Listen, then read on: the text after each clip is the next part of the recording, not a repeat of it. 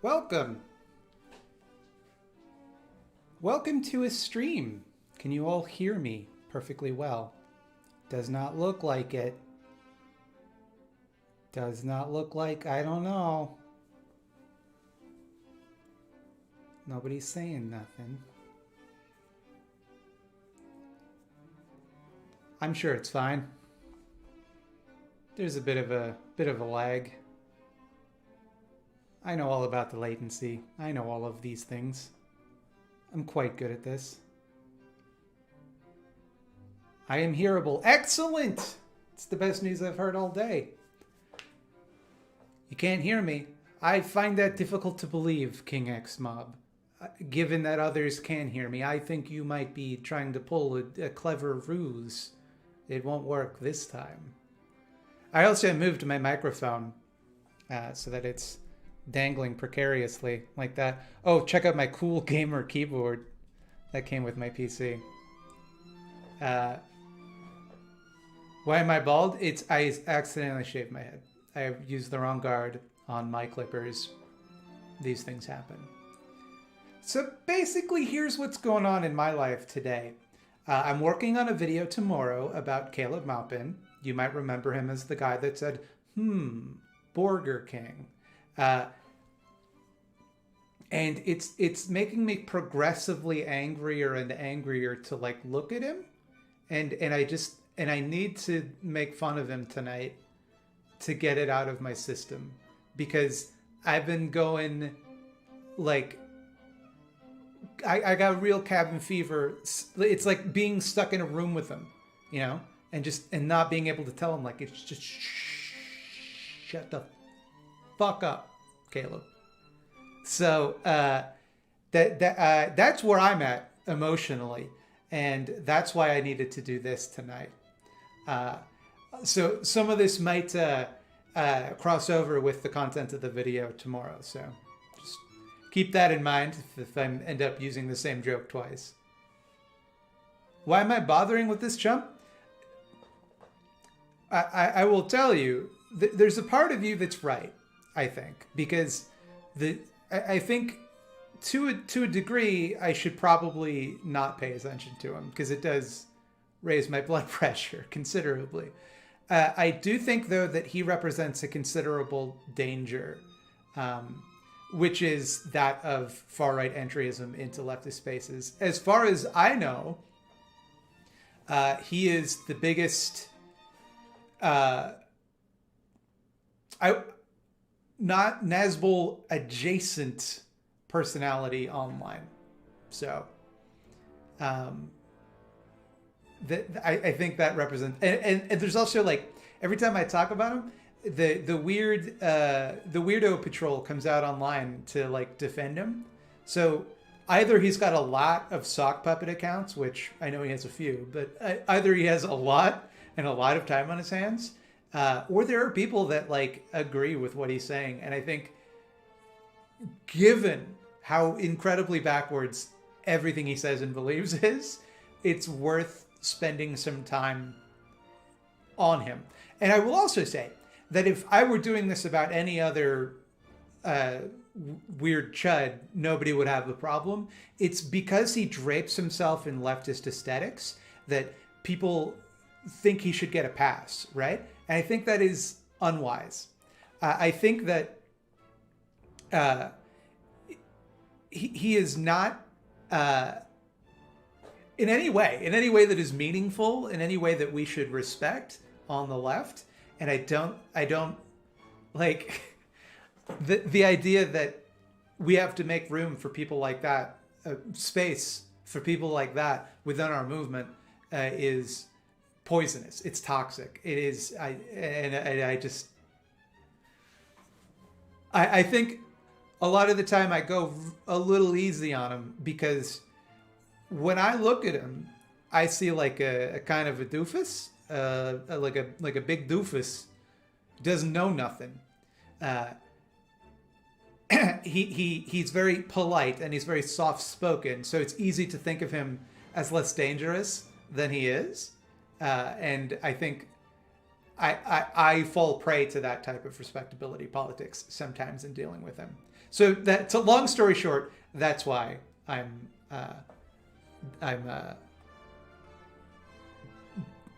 spending time on this goofus. There's a real gross troll in the comments that has got to go, I think, is my opinion on that. Also, bear with me. I only have one monitor tonight, and there's nothing I can. It's hell on earth to only use one monitor. I don't know how I did this for so long.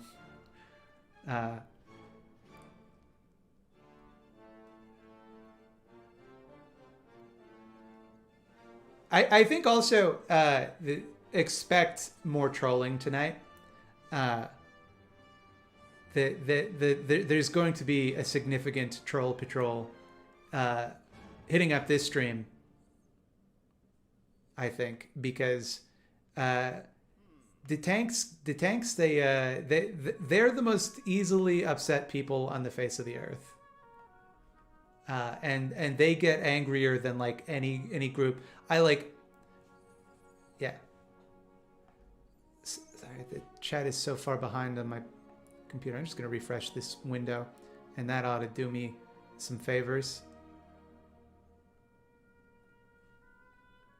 There we go. There we go. Has he responded to me? I mean, a few times. I mean, he hasn't responded to the video I made about him, and I don't expect him to, because I blew him the fuck out. And he, even in the video he did make about me, he couldn't respond to anything I said substantively, right? I think if he tried to make another video about me, he knows that, like, we can play this game forever, you know? And I'm happy to, because that's free content for me. Thanks, bud. But also I do hate it.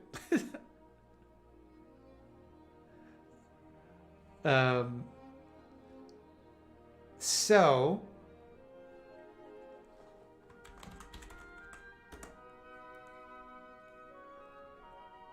let's the video I want to talk about in particular, I'm responding to a very similar video tomorrow. The video I'm responding to tomorrow with Lance from the Soifs is called BreadTube Destroyed with the Communist Manifesto. That's the one we're doing tomorrow. Tonight I'd like to focus on a different video. It's significantly longer. I don't think it's going to take the whole stream to talk about, but I'm very wound up, so we'll see. Called BreadTube Destroyed with Socialism, Scientific and Utopian.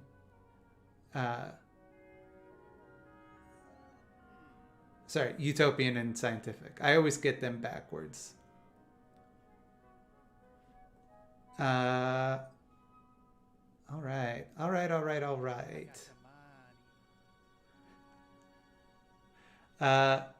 Let's, I have so many windows. I hate having one monitor.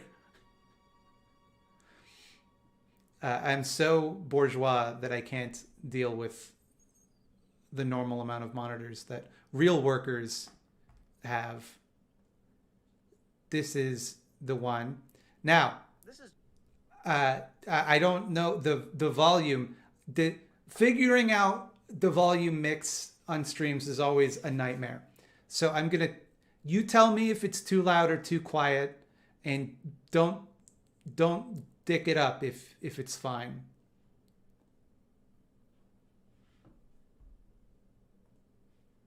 It's just, you know, it's a few paragraphs. It's a Communist Manifesto. Wait. No, this is the right video. There's also a very important book called Socialism, Utopian and Scientific by Frederick Engels. And this very important book by Frederick Engels says about what Marx just said, but it says it in a lot more depth, right? It's Frederick Engels explaining what Marx's theories believe. And, you know, it was originally a much bigger essay that was a criticism of a German socialist by the name of Eugen Dühring. And then it was popular, and they cut it up and watered it down into just this very small book called Socialism, Utopian, and Scientific. Now, I'm in the process of reprinting it. I'm going to come out with my own edition of the book, along with the Center for Political Innovation, with an introduction, because it's probably the most important. So that right away, I love that. I love that he's reprinting this book with a new introduction. It's like, what you're doing, like, this is a public domain book, right? So what you're doing is you're writing an essay. Work in the history of Marxism, aside from like the Communist Manifesto, is this very important book called Socialism, Utopian, and Scientific. And in the last chapter of Socialism, Utopian, and Scientific, Friedrich Engels explains what socialism is and the purpose of it. No, he doesn't. And why you need socialism. I've watched this video before, and I can tell you that he doesn't. He does not do that. At least not from the quotes that Caleb Maupin gives of him in this video. Are there subtitles? Good. I always forget this. Thank you. Right. In fact, before we go to the third chapter, I think I'm gonna go to the first chapter. Right? The first sentence of this. Often, before I go to the third chapter of books, I like to look at the first chapter. Sometimes, even I like to look at the second chapter in between. You know, this book is so important. The first sentence. This is the first sentence of Socialism, Utopian, and Scientific by Friedrich Engels. This is a sentence that Vosh cannot comprehend, and 90% of BreadTube cannot comprehend. So here we go. This is a sentence that the mightiest mind of the tube that we call bread are not going to get. And folks, just strap in, because you're about to get like some real theory injected into you. It's a whole sentence, and I'm going to need all of you to explain it to me, because I can already tell I'm not going to understand it. Modern socialism is, in its essence, the direct product of the recognition, on the one hand, of class antagonisms existing in society today between proprietors and non-proprietors, between capitalists and wage workers. Yeah. And on the other hand, of the anarchy existing in production. He says, modern socialism, in its essence, is a direct product of the recognition, on the one hand, gotta read it again, of class antagonisms existing in society today between proprietors and non-proprietors, capitalists and wage workers, and on the other hand, the anarchy existing in production. Gotta read it. Anarchy existing in production. 3 times. All right. This is the thing, right? So these people that say we just want a bunch of worker co-ops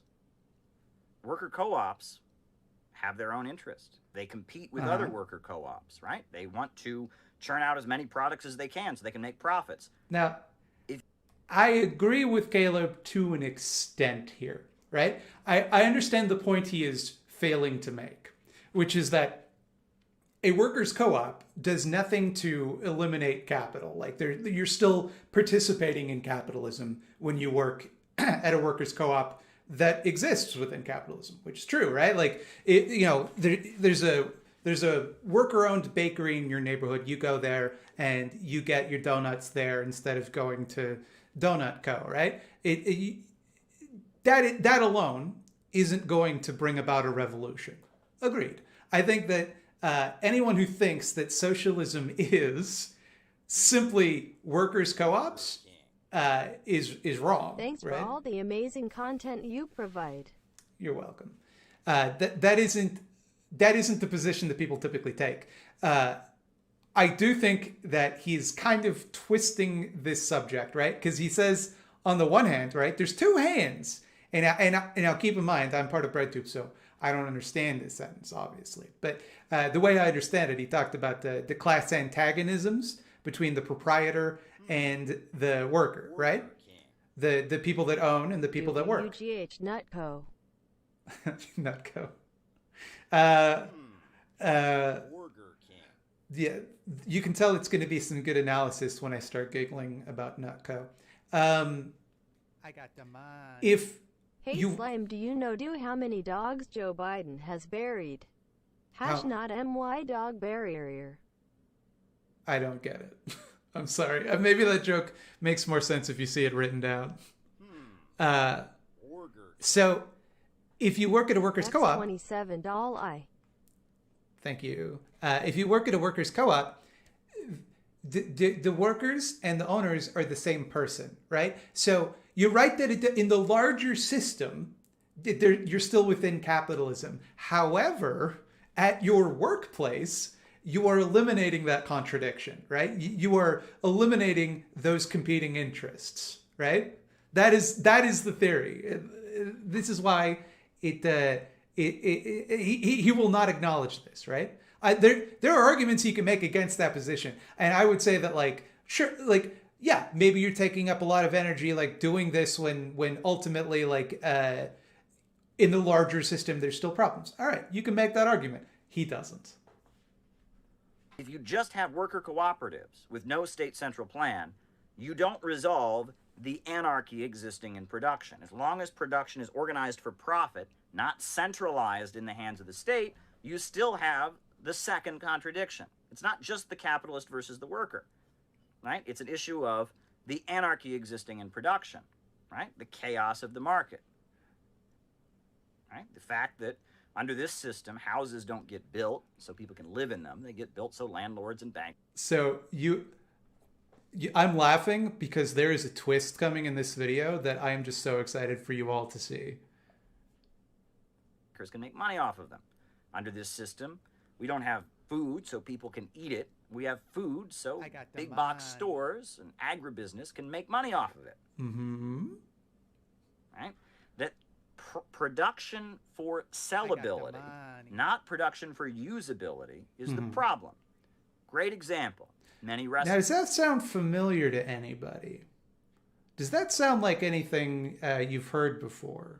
Just think about that for a second as we move forward. Restaurants in New York City. At the end of the night, they got a lot of food left over.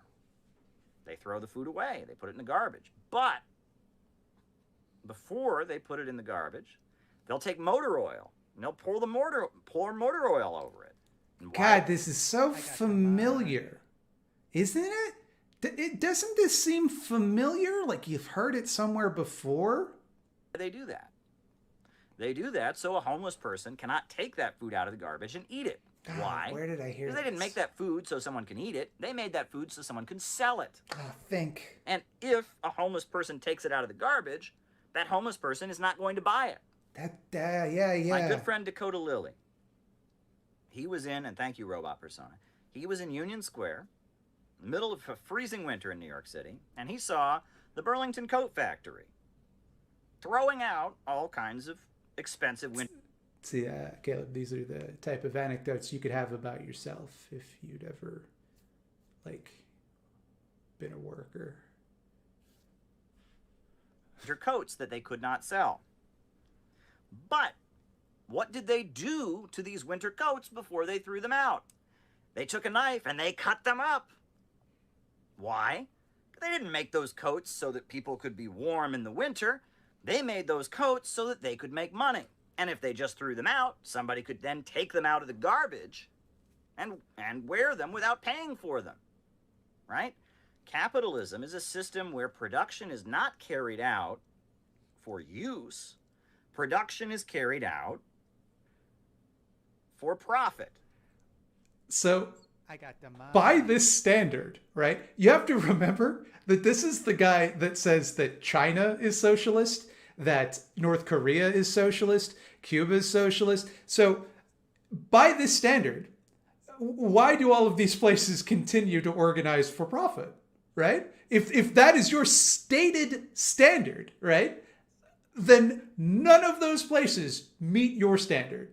Like, minute to minute, there is no consistency with what this man thinks. It is nonsense. He just moves from talking point to talking point with absolutely no regard for how they connect. It is wild.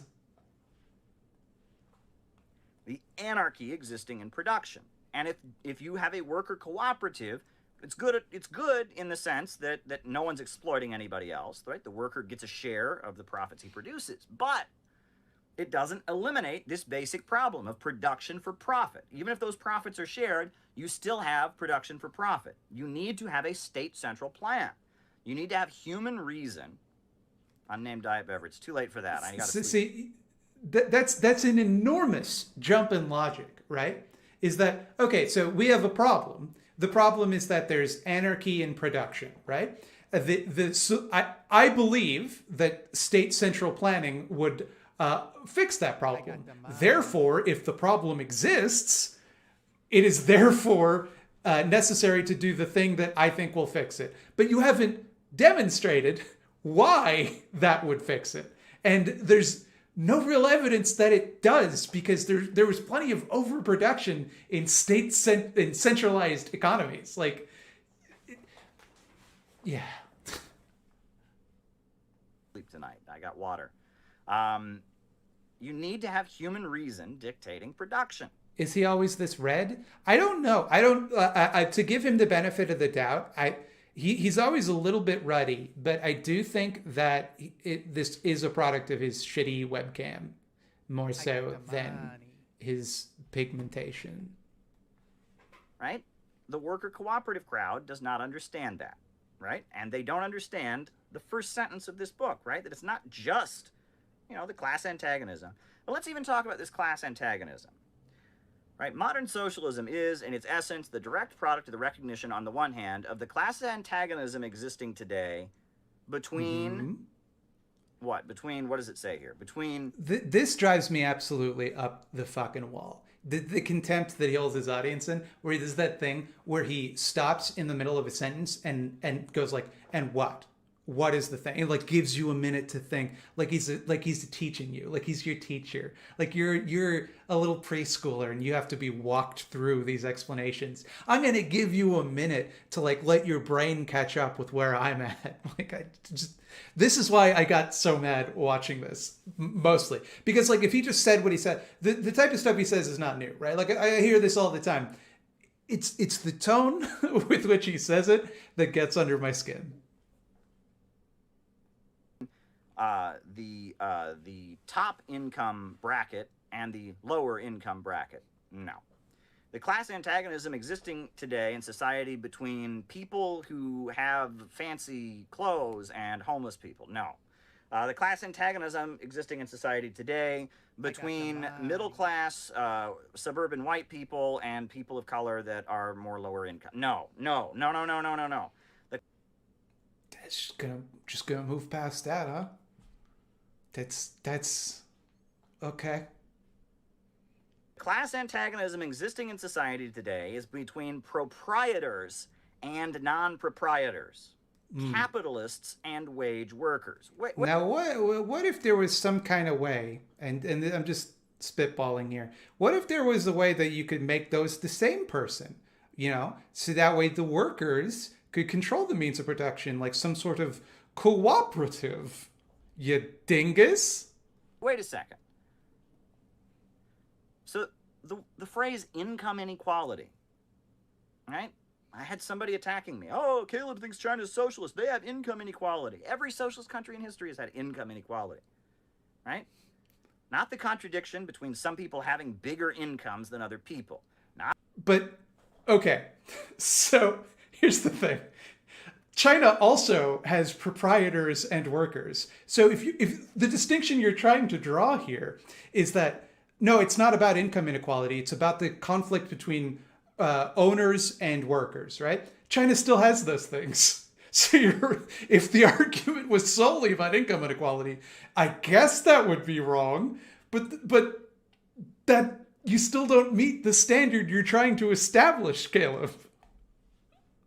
Not the contradiction, but between one group of society living in more luxury than another. Not the contradiction between one group of people getting higher wages than others. Not the contradiction between one group of people having some kind of privilege and another group of people not having privilege. Just tuck this away, by the way, because later he will say the exact opposite. Just keep that in mind.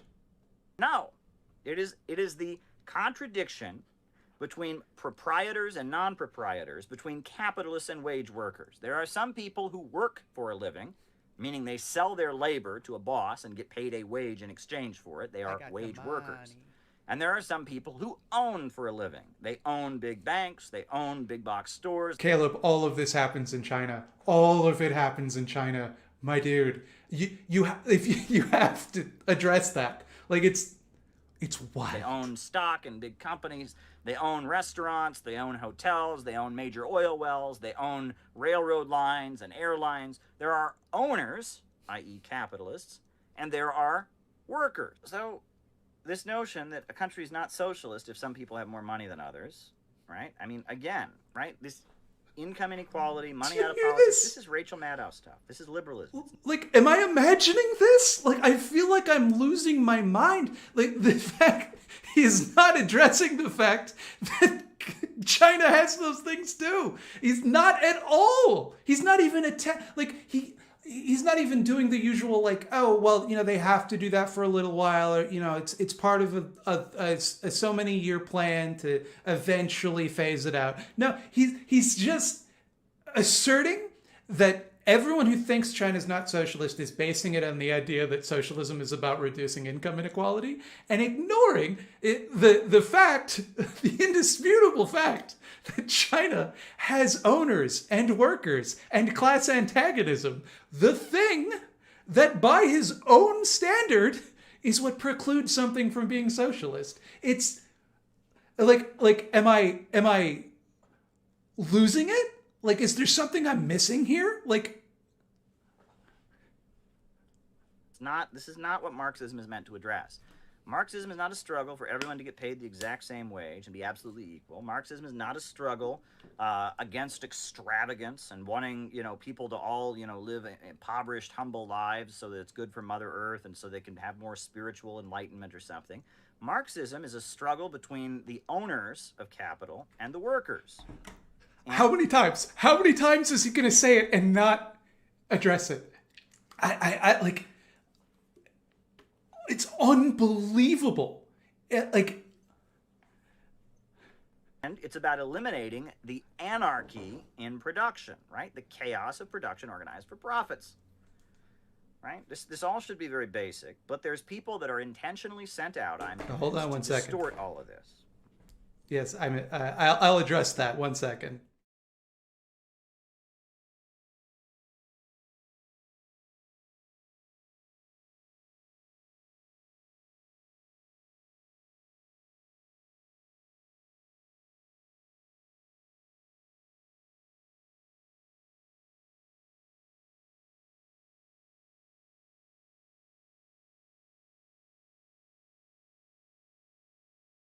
That had to grab something for my wife. By the way, I will read out your super chats in a bit. I'm building a flow here because it's you have no idea what's coming in this video.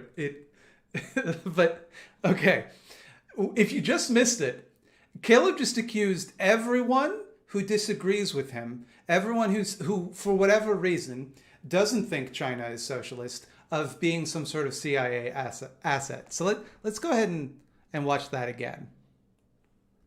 Or something. Marxism is a struggle between the owners of capital and the workers.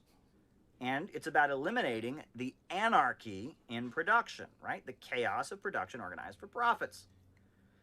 Right? This all should be very basic, but there's people that are intentionally sent out, I'm convinced, to distort all of this. Intentionally sent. Their goal is basically to line up all the young people that are getting interested in Marxism now as foot soldiers against China, against Cuba, against Venezuela, right? It's to make sure that if you're a young person who's interested in socialism, which there's millions of right now, to make sure that you are on board with the CIA's latest color revolution. And so there's so much. There's so much. Like, none of the countries he just mentioned have eliminated class antagonism. None of them. None of them have even set forward a plan to do it, right? It's all of them. All of them have that. Like, it is wild that that in his mind, in his paranoid little mind, he's looking at this and going, Well, obviously the only reason these people would believe this is because they're sent out to be foot soldiers against these countries.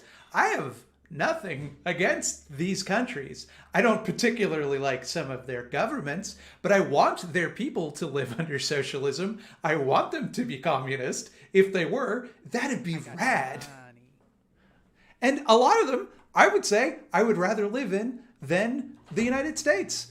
And like, a lot of them are nicer places to live than the United States. In order to do that, they have to distort what Marxism is. Now, I'm going to read to you from the end of Socialism, Utopian, and Science. And this is another thing. Sorry, I am. You can see how fired up I've been like this all day. This is a tendency among Marxists that annoys the shit out of me, and I'm convinced that they do it on purpose. Is this idea, the conflation of Marxism, socialism, and communism, as though if you are a socialist, if you are a communist, that means you are de facto a Marxist, right? To say that, well, like what you're saying is contrary to Marxism, so you're not a real leftist. It's like there are other strains of leftism, and you can argue that those strains are wrong, but to just argue that, like, if what you're saying doesn't line up with Marx and the approved literature, you are therefore not a leftist, is like a parody of what people think a communist is. His mind, I think, is more authoritarian than actual authoritarian leaders. Where, again, Frederick Engels explains what socialism is, why socialism comes into being, and what the ultimate goal is. Frederick Engels says, He says,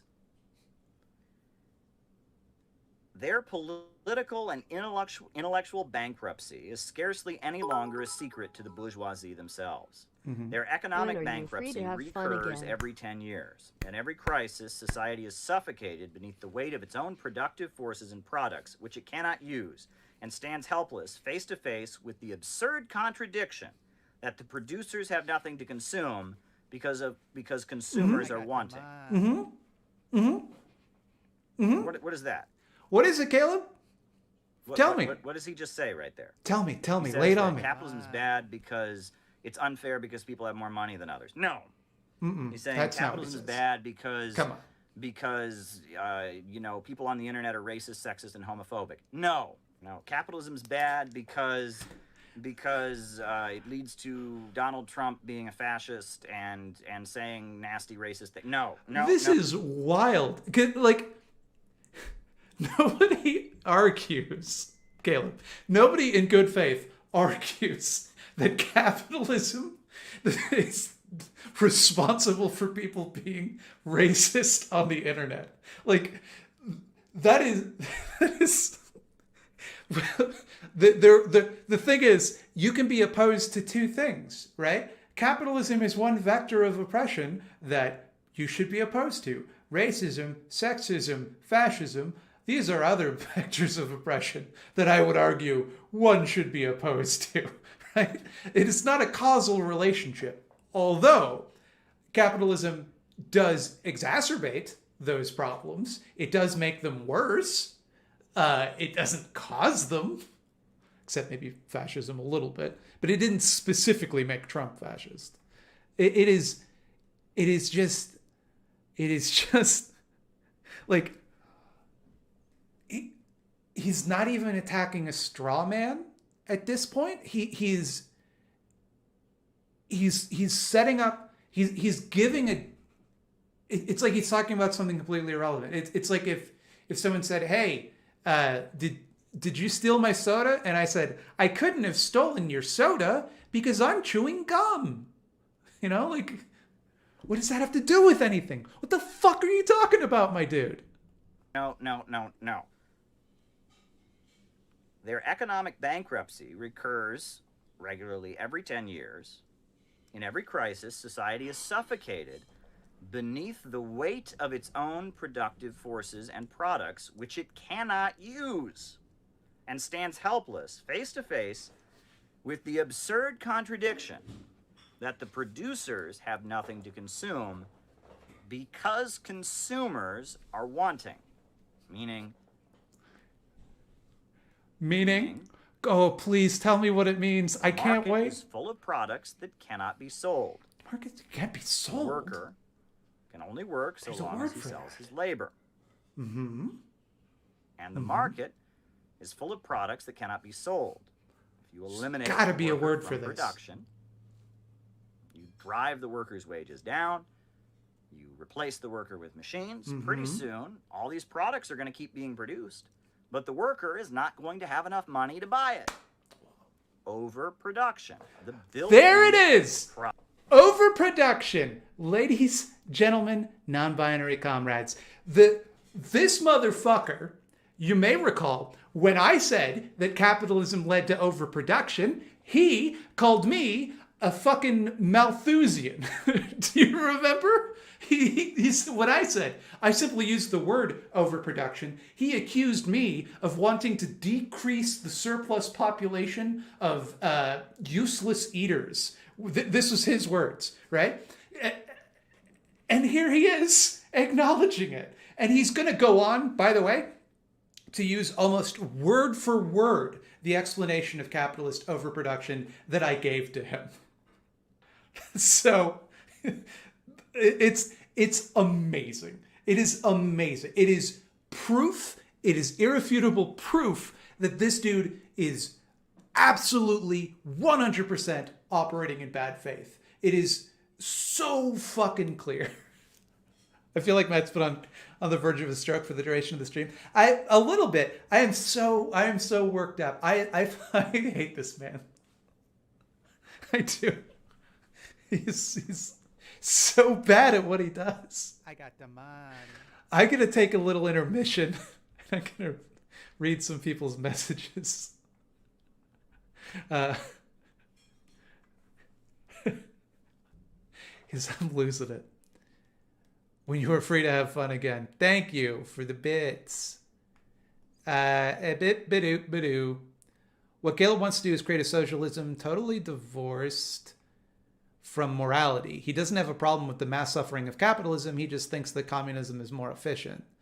This is a weird thing. He vacillates between these two positions because sometimes he will go, oh no, like what I want is for everybody to have the things that they need and nobody to go without. Other times he'll be like, no, the reason communism is better is because we can make more things, which we have enough things. That's not the issue. It's a distribution problem. I struggle session this dolt at a socialist Zoom meeting. Thanks for putting in the work, Matt. I don't think this is the work. This is me blowing off steam. I've been watching your content for a while, and I just thought I'd say that I recently realized I'm non-binary, she, them. Love your work, and I hope you keep dunking on Burger is Kang. I indeed will. I can't help it. It is in my blood. Message deleted. Sassy comrade. You got your message deleted. That doesn't seem right. Capitalism forces people to work jobs they hate to live. Remove the monetary barriers to life. People have freedom to work because they love it. This is the thing that I think people miss, is that I don't believe people require a monetary incentive to work. The only reason we need it now is because if you don't have it, you can't get the things that you need. I think people naturally want to do productive and useful things because we sure did before there was capitalism. I don't know why that would change now. I got the money. Shouldn't we just call Google Nazbols Joe Nazis? Biden dog burying. The truth is out there, comrade. I don't know the Joe Biden dog burying meme. I'm sorry. Shouldn't we just call Nazbols Nazis? Isn't calling them conceding to their commie aesthetic/goals? Also, here's my offering for Grumble Tom. Whoa, holy shit. Thank you so much, Sids. The thing is, they're going to call themselves that, right? So I think there is a meaningful distinction in that I think Nazbols are more dangerous than regular Nazis because gormless leftists will believe them, and that's a problem. The switch in the back is distressing. I keep expecting him to tilt his head back and hit it. I can't focus on what he's saying, which might be a good thing. That it is way too... there's no way I'm going to hit my head on that. Krop said, no markets, but still anarchy, though. Exactly. I'm still learning about tankies and Noswolves, but I'm wondering, how do these people gain momentum with other leftists? Because this is concerning. Thanks, Matt. Love I you. got the money.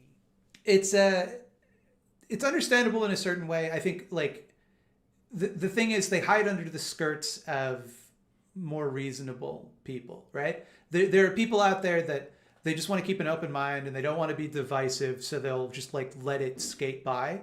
And maybe they'll say something to them in private, but they just kind of like they don't want to cause drama. And it's there's also a contingent of people that stand to profit via controversy, and those people will invite people like this because they know it'll make people like me mad, and then we'll say something. DSATR DSATR DSATR and SLATZ is banned from Twitter. DSATR DSATR DSATR. The DSA are banned from Twitter? Really? That's weird. I guess I should have expected that to happen eventually. Content like yours makes me glad I learned the English language. That's a high compliment. Thank you. I finished my battle jacket. I don't know what a battle jacket is, but it sounds badass. Okay, am I not punching down with this? I don't care. He's a fascist, to be honest. I don't think that you have to follow rules of decorum in fighting fascism. I think he's dangerous, and I will use whatever clout at my behalf to on my behalf to fight him. I sincerely don't give a shit if I'm fighting fair. Sorry. I will say I do. I've started taking cold showers lately, and this right now more difficult. It is more difficult to hit that play button on Caleb than to climb into that cold shower every day.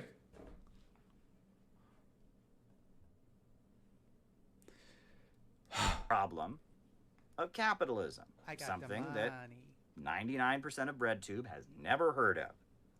No. The Mm-hmm. problem with I want to play that part again because I think I cut him off in mid-sentence, and I think it's important that we all hear that sentence. machines, pretty soon, all these products are going to keep being produced, but the worker is not going to have enough money to buy it. Overproduction. The built-in problem of capitalism. Something that 99% of BreadTube has never heard of. Oh, I don't know about that, Caleb. I do feel as though much of BreadTube is quite familiar with it. I would argue that a person that I don't think is that familiar with it would be you, because you're always arguing that we need to produce more. And the one time I brought it up to you, you called me a Malthusian. So there's that.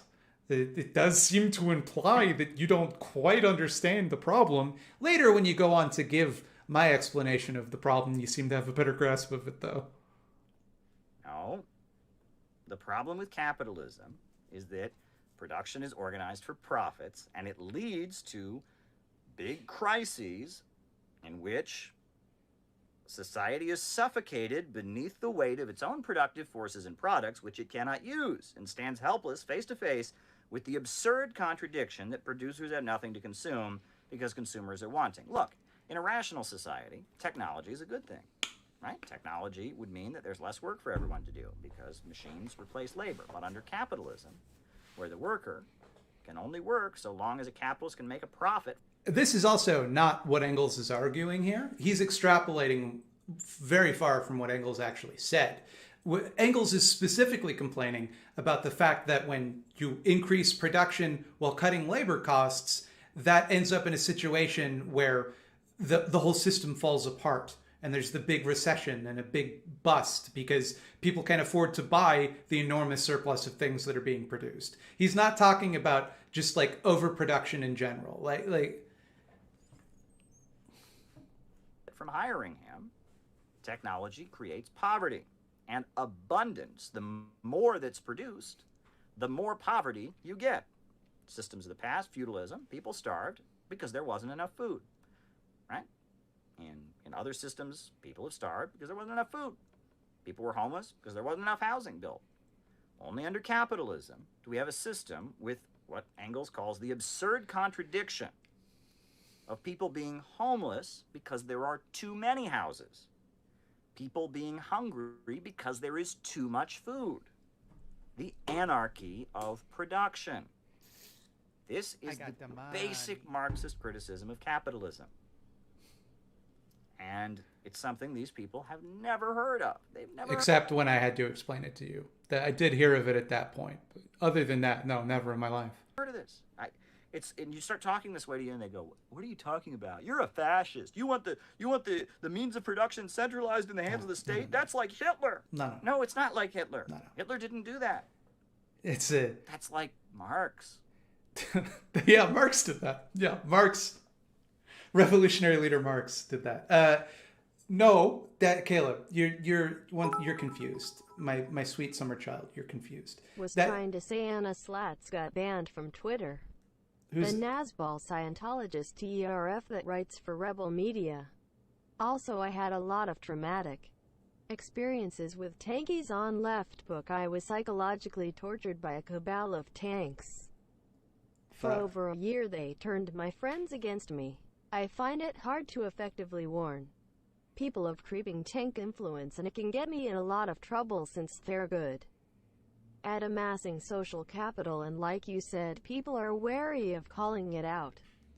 That's something I'm trying to be better about, to be honest, because I'm the type of person, despite how it may appear in this stream, I am extremely not good with confrontation, and it's something I'm trying to work on because it leads to me not living in accordance with my values. But a Nazbol Scientologist turf, that is quite a combination of things to be. What a terrible person that would make such a great movie. I want to see a movie about that person. Never want to meet him, but I would love to see a movie.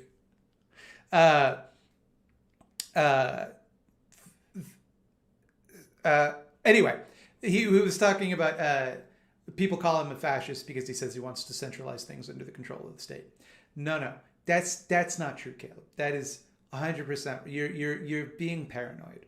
The reason people call you a fascist is because of the fact that you hang out with Alexander Dugin, the founder of the Nazbol Party. You made a speech sitting next to him, and every time you've been asked about it, you just talk about like, well, sometimes, I barely knew him. I barely met them. You gave a speech at a conference he was giving in which he is sitting there nodding along to everything you're saying. That should have been a wake-up call for you, my dude. And let's not even get into your constant anti-Semitism. The anti-Semitic dog whistling that comes out of you is ridiculous. The way he leverages the term international bankers as though people can't figure out what that means. And you might be tempted there to give him the benefit of the doubt. And here's why you shouldn't, is because of his connections to these far-right extremist groups. Like, the coincidences keep piling up, Caleb. And furthermore, if I went to a conference, right, and I had no idea, there's some guy there who's a Nazbol, I didn't know. I give a speech at this conference. People later tell me, hey, you gave a speech with a Nazbol. My reaction, not to save my own butt, but just like to warn people, would be like, hey, you should know about this guy. I don't want people to take my credibility and extend it to them. You didn't do that. What you did was just say, oh, no, he's a slightly controversial person. It's like doing a podcast with ContraPoints. It really isn't, dog. Right? I mean, I don't know. I mean, there... Oh, and also, you're right. Of course, Hitler never... Bing for foods loves don't catch sunburn by proxy, please. I don't think he's sunburned. I think it's just this complexion. And I think also there's an element of he gets worked up, and this is me saying this, but he's getting worked up, so he's getting angry. Here's the thing: You're right, obviously, that Hitler never centralized the economy under the control of the state.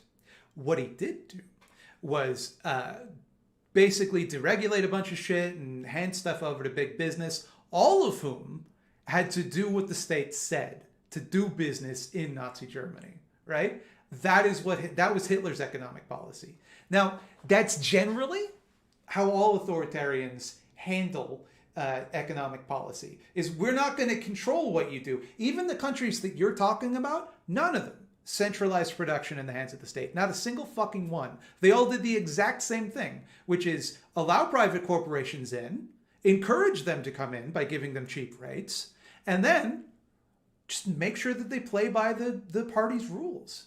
That it's, I don't think there's any equivocation between any of those countries in Nazi Germany, because obviously the Nazis were genocidal expansionist monsters, right? But if we're talking strictly about like how they organized their economy, how they controlled production, it's kind of similar. Yeah, actually, a little bit. There's this entity walking around calling itself left these days. Right now I'm at work and we have 2-story tall tack of soda. It's going to be thrown out because 1 or 2 communist countries don't do business with Google. Oh, I'm afraid they absolutely do. As long as Google is willing to play by their rules, of course they do. Of course they do. Cans were broken. We have that daily. There you go. See?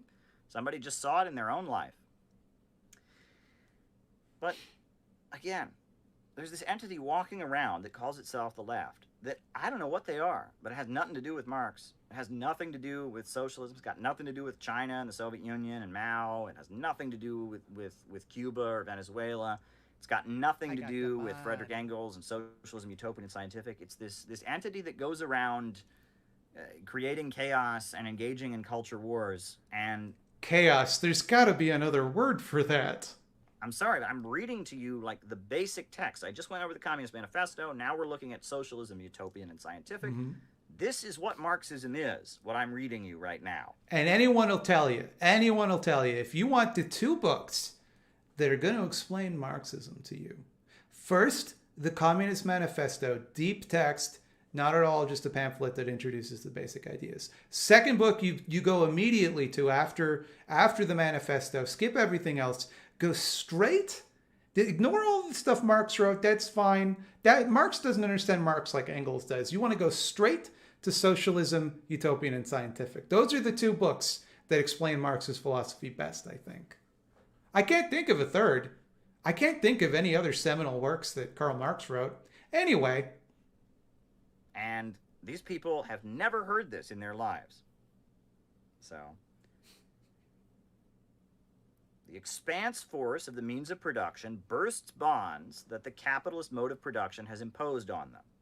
Their deliverance from these bonds is the one precondition for an unbroken, constantly accelerated development of the productive forces, and therewith from practically unlimited increase of production itself. The thing is, Caleb, this was written like 150 years ago, right? Shit's changed. Shit's changed. We don't need to infinitely increase production at this point.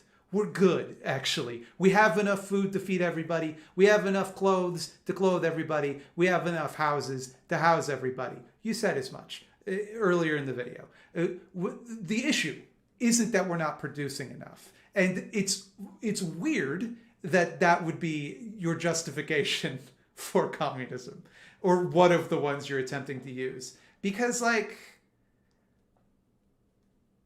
we're good. Like, why would we need to, like, if we already have too much, why would we need to produce more, right?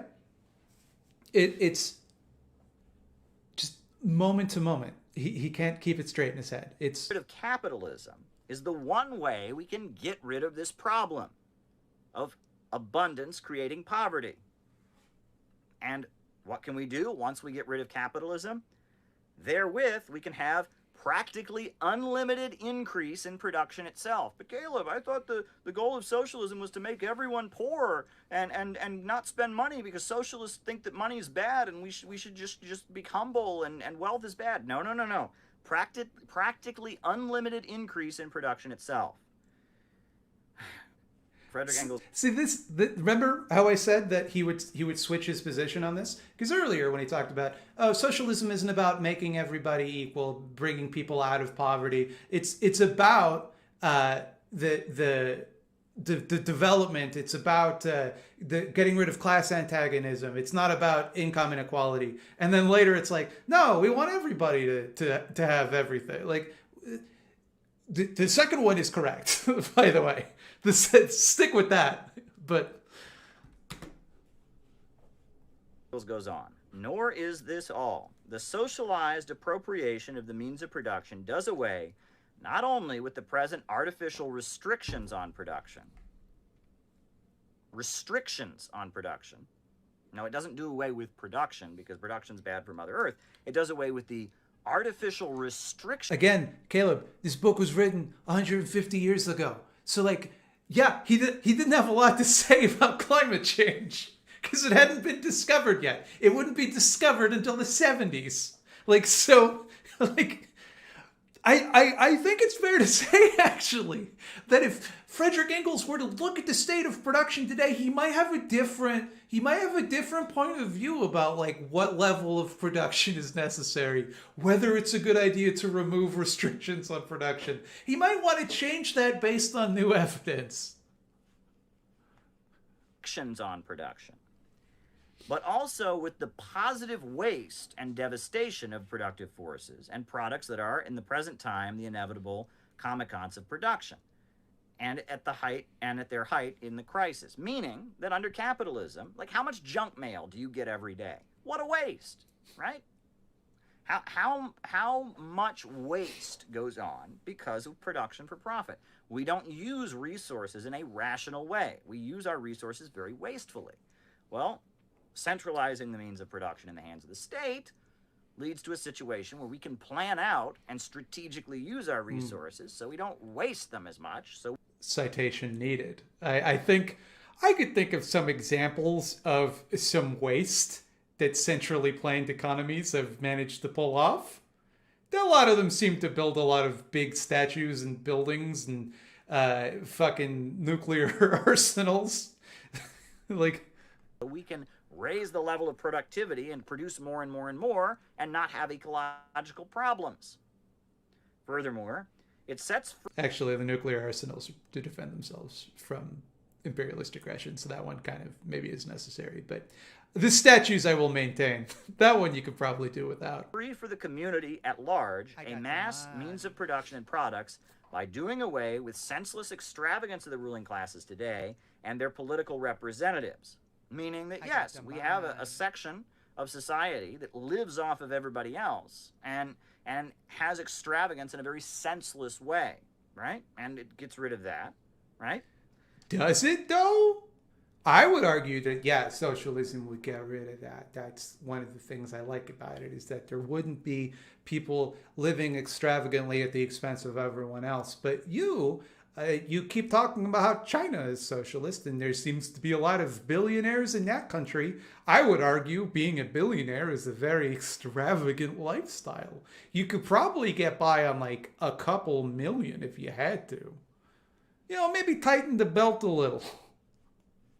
And then, here we go, the possibility of securing for every member of society, by means of socialized production, an existence not only fully sufficient materially and becoming day by day more full, but an existence guaranteeing to all the free development and exercise of their physical and mental capacities.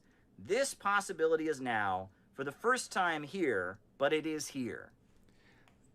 So, if your goal is to allow people to completely, freely develop themselves, their capabilities, their potential, what you wouldn't want to do is put them under the yoke of an oppressive government, right? What you wouldn't want to do is put a bunch of rules on them that they have to follow, make them follow leaders that have arbitrary whims that might kill them if they say or do the wrong thing. Meaning the goal is to secure for every member of society, by socialized means of production, an existence not only sufficient, meaning they have enough, but becoming day by day more, meaning that there would be a constant increase in living standards under socialism. Socialism is not driving down. This is madness. No, there wouldn't be. That, like, you get to a point, right, where you have your basic needs met. You get to a point where you have, like, your luxuries, you have whatever. It can't go on forever. The idea of infinite growth is a capitalist disease. That is nonsense. Like, that might have made sense to someone at that time, because it would have seemed like, oh, well, there's just, you have to keep going until everyone has enough. And, that's going to take a really long time to do. And so it just keeps getting better and better. No, we're there. We're done. We're post-scarcity. We have been for decades, right? So the idea that we would just continue to produce more and more, right? As though that's going to magically make our lives better. Like, if everybody has 10 t-shirts, that's pretty good. But if everybody has 15 t-shirts, that's going to make your life, like, even better. So that's why we need to centralize everything in the state to maximize our production of t-shirts, right? Then everyone can have infinity t-shirts. Down living standards to make it more fair. I don't know how many times someone has come up to me and said, those shoes are too nice. You're a socialist. Why do you have fancy shoes like that? The goal of socialism is to have everyone have fancy shoes, right? You literally said in the beginning of this video that the goal of socialism is not to eliminate income inequality. So everyone gets these nice shoes. Everyone gets your nice shoes. There's a class of people, because income inequality still exists, right? There's a class of people that will have even nicer shoes, right? So there's always going to be some people that are missing out, right? So which is it, Caleb? Which is it? Had many people say to me, oh, you have a job. How can you be a socialist? What do you mean I have a job? The goal of socialism is to make sure that everyone has a job.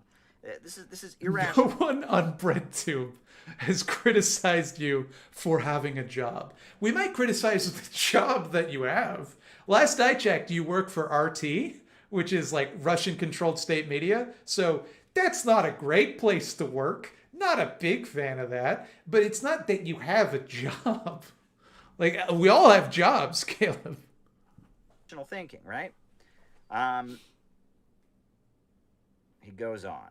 With the seizing of the means of production by society, production of commodities is done away with, and simultaneously, the mastery of the product over the producer.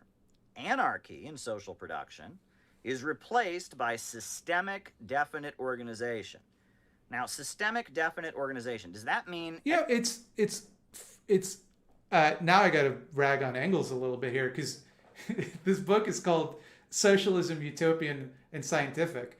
But a lot of this argument seems to be, and if we just do it this way, a natural consequence of that is that nothing bad could happen. Nothing unforeseen could happen. Like, that, he seems like he's speaking in a very utopian way. Every little worker co-op doing whatever they want because we don't want state socialism because, oh my God, that might scare the libertarians and I don't believe in state socialism. No, anarchy in social production is replaced by systemic, definite organization. The struggle for individual existence disappears. Then, for the first time, man, in a certain sense, is finally marked off from the rest of the animal kingdom and emerges from mere animal conditions of existence into really human ones. The whole sphere of the... Does this feel to anyone else like Engels found something that Karl wrote on a napkin and he tried to, like, he's remembering something that he and Karl Marx talked about while drunk one night, but he doesn't quite get it. Like, he's talking about species essence or something. I don't know. It's something about people not being animals anymore. Put that in the book. Like, it's not the feeling anyone else gets from this. Conditions of life which environ man and which hitherto ruled man now comes under the dominion and control of man, who for the first time becomes the real conscious lord of nature. Lord of because nature. He has now become the master of his own social organization. This obsession with control, right? With we will become the masters of nature. We will come into our own. You know, you have to dominate. You have to make everything submit to you. We are the leaders. We are the big powerful ones. I don't know how he can say it and not hear how he sounds, right? Now, what does that mean? Does that mean human beings are just another animal? Human beings breed too much. Human beings are just like cattle. No. Man, for the first time, in a certain sense, is finally marked off from the rest of the animal kingdom. Emerges from mere... There are 8 more minutes of this. Based on... So far, he's talked 20 minutes on about 4 sentences from a book. Like... animal conditions into truly human ones. The whole sphere of conditions of life which environ man, which have hitherto ruled man, now comes under his dominion and control of man, who for the first time, the real conscious lord of nature, because... Can someone look up for me the length of Socialism, Utopian, and Scientific? How many pages that is? Because I wonder if you could actually read it in the time that it takes for him to make this video. I wonder if the 30 minutes he's talking would be sufficient time to read the entirety of the book. Because he now has become the master of his own socialist organization. 96 pages. Animals. So you get about a third of it. Animals live at depending the on how mercy of fast you nature. read. But socialism... I read like I would say about a page a minute, probably. I don't know, depending on the print, I suppose.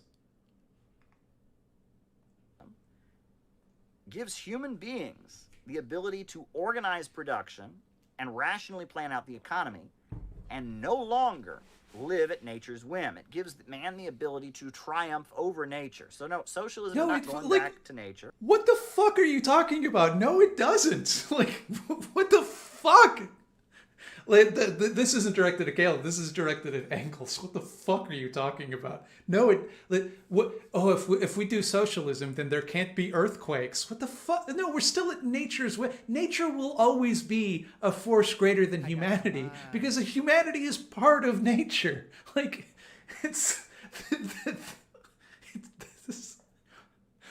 I'm getting to the understanding of how Caleb ended up like this.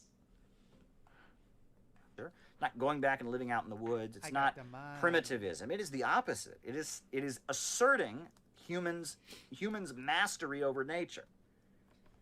The law. To what end? To what end, I ask? Why must we dominate nature? And what good will come of it? I would ask. Because it seems to me like that's a real problem. Like this urge to treat nature as though it's an inexhaustible resource, something that we own and can dispose of as we please, has led to a lot of problems in the 20th century. Why, Caleb? Why is it a good thing to dominate nature, to make it bow to our whims? Laws of his own social action, hitherto standing face to face with man as laws of nature foreign to and dominating him, will then be used with full understanding and so mastered by him. Man's own social organization, hitherto confronting him as necessity imposed by nature and history, now becomes the result of his own free action. The extraneous objective forces that have hitherto governed history... I think sometimes when he reads things twice, he does like a new emphasis on it, but I think the reason he's reading it twice is because he did not fully understand it the first time. I think he's got the quotation in front of him, and there's something he wants to say about it, but he hasn't quite worked out what it means. So instead of moving on, he just kind of repeats the same thing as though he's stressing it for emphasis. This is my pet theory.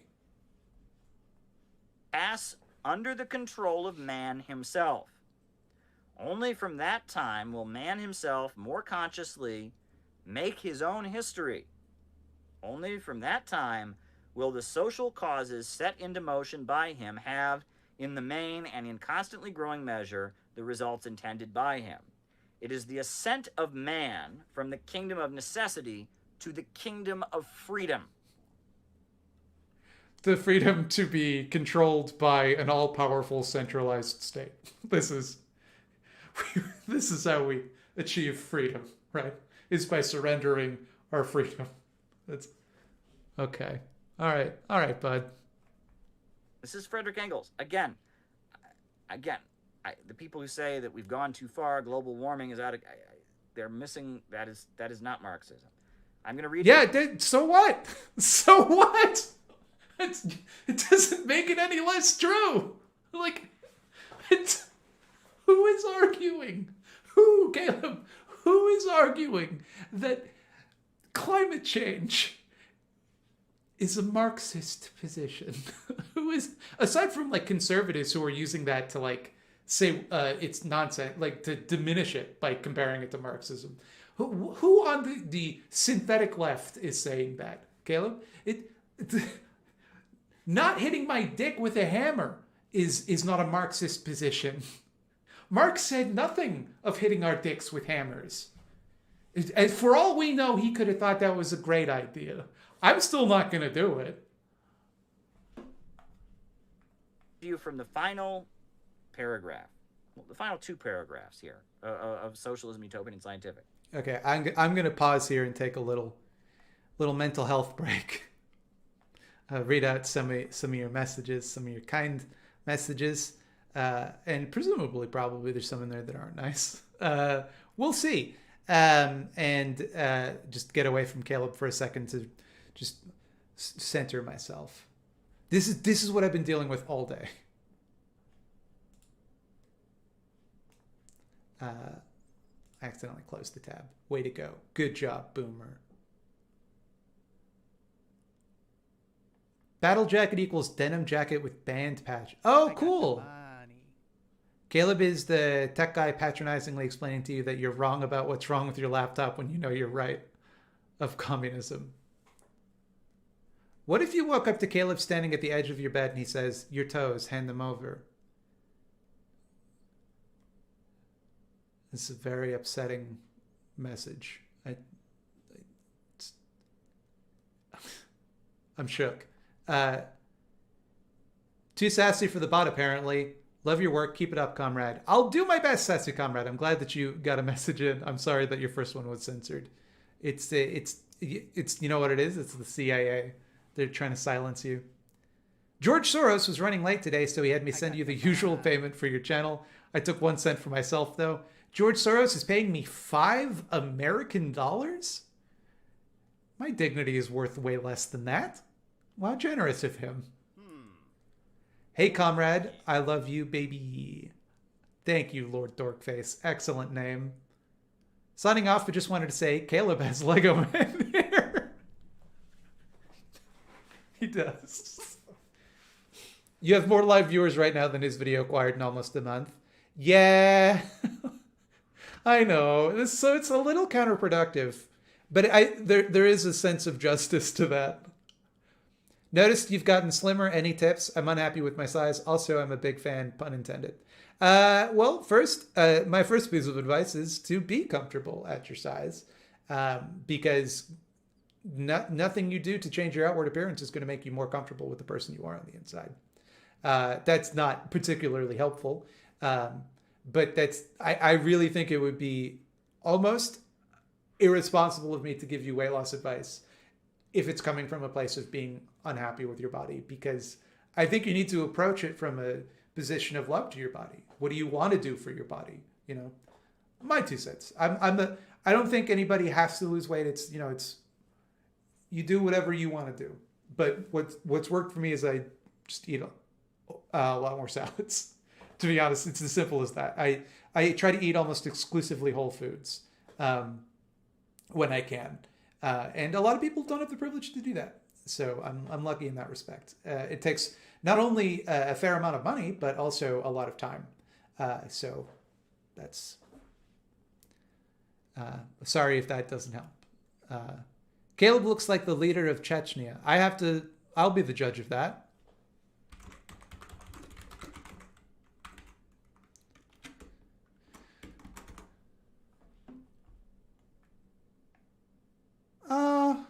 I can see it. I can see it. Let me bring that up in chat. I got the money. So y'all can see it. Like in hold on. In this photo, I can definitely see it a little bit.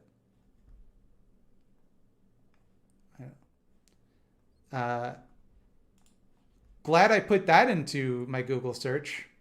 That's going to be fun for whatever member of the Toronto Police Department has to monitor my Google.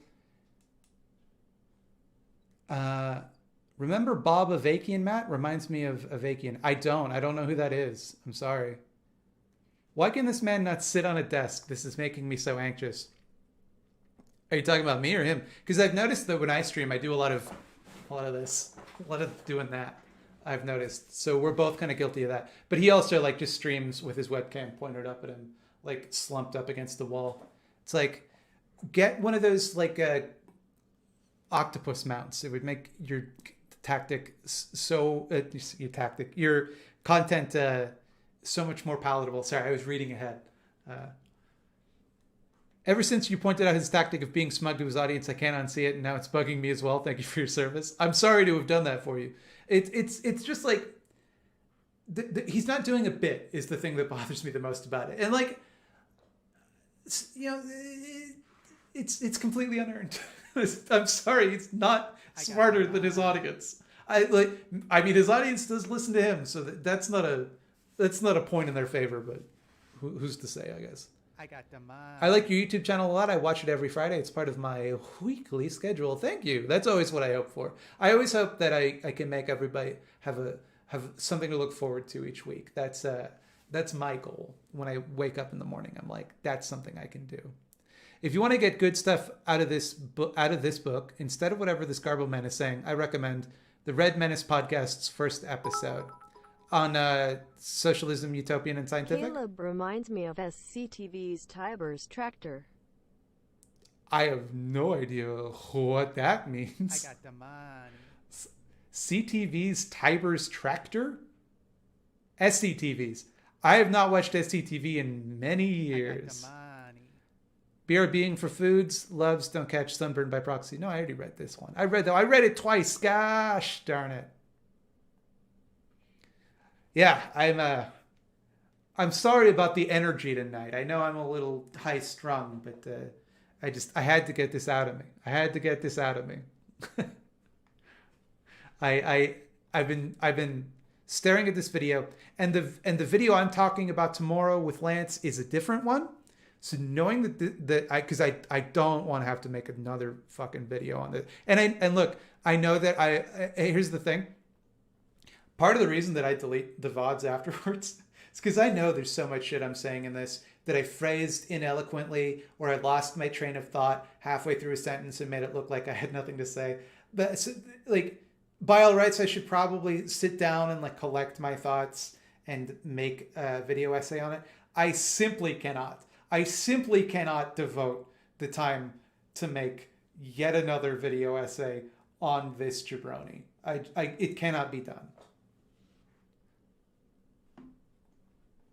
How long should one wait for a response about the eyeball zone?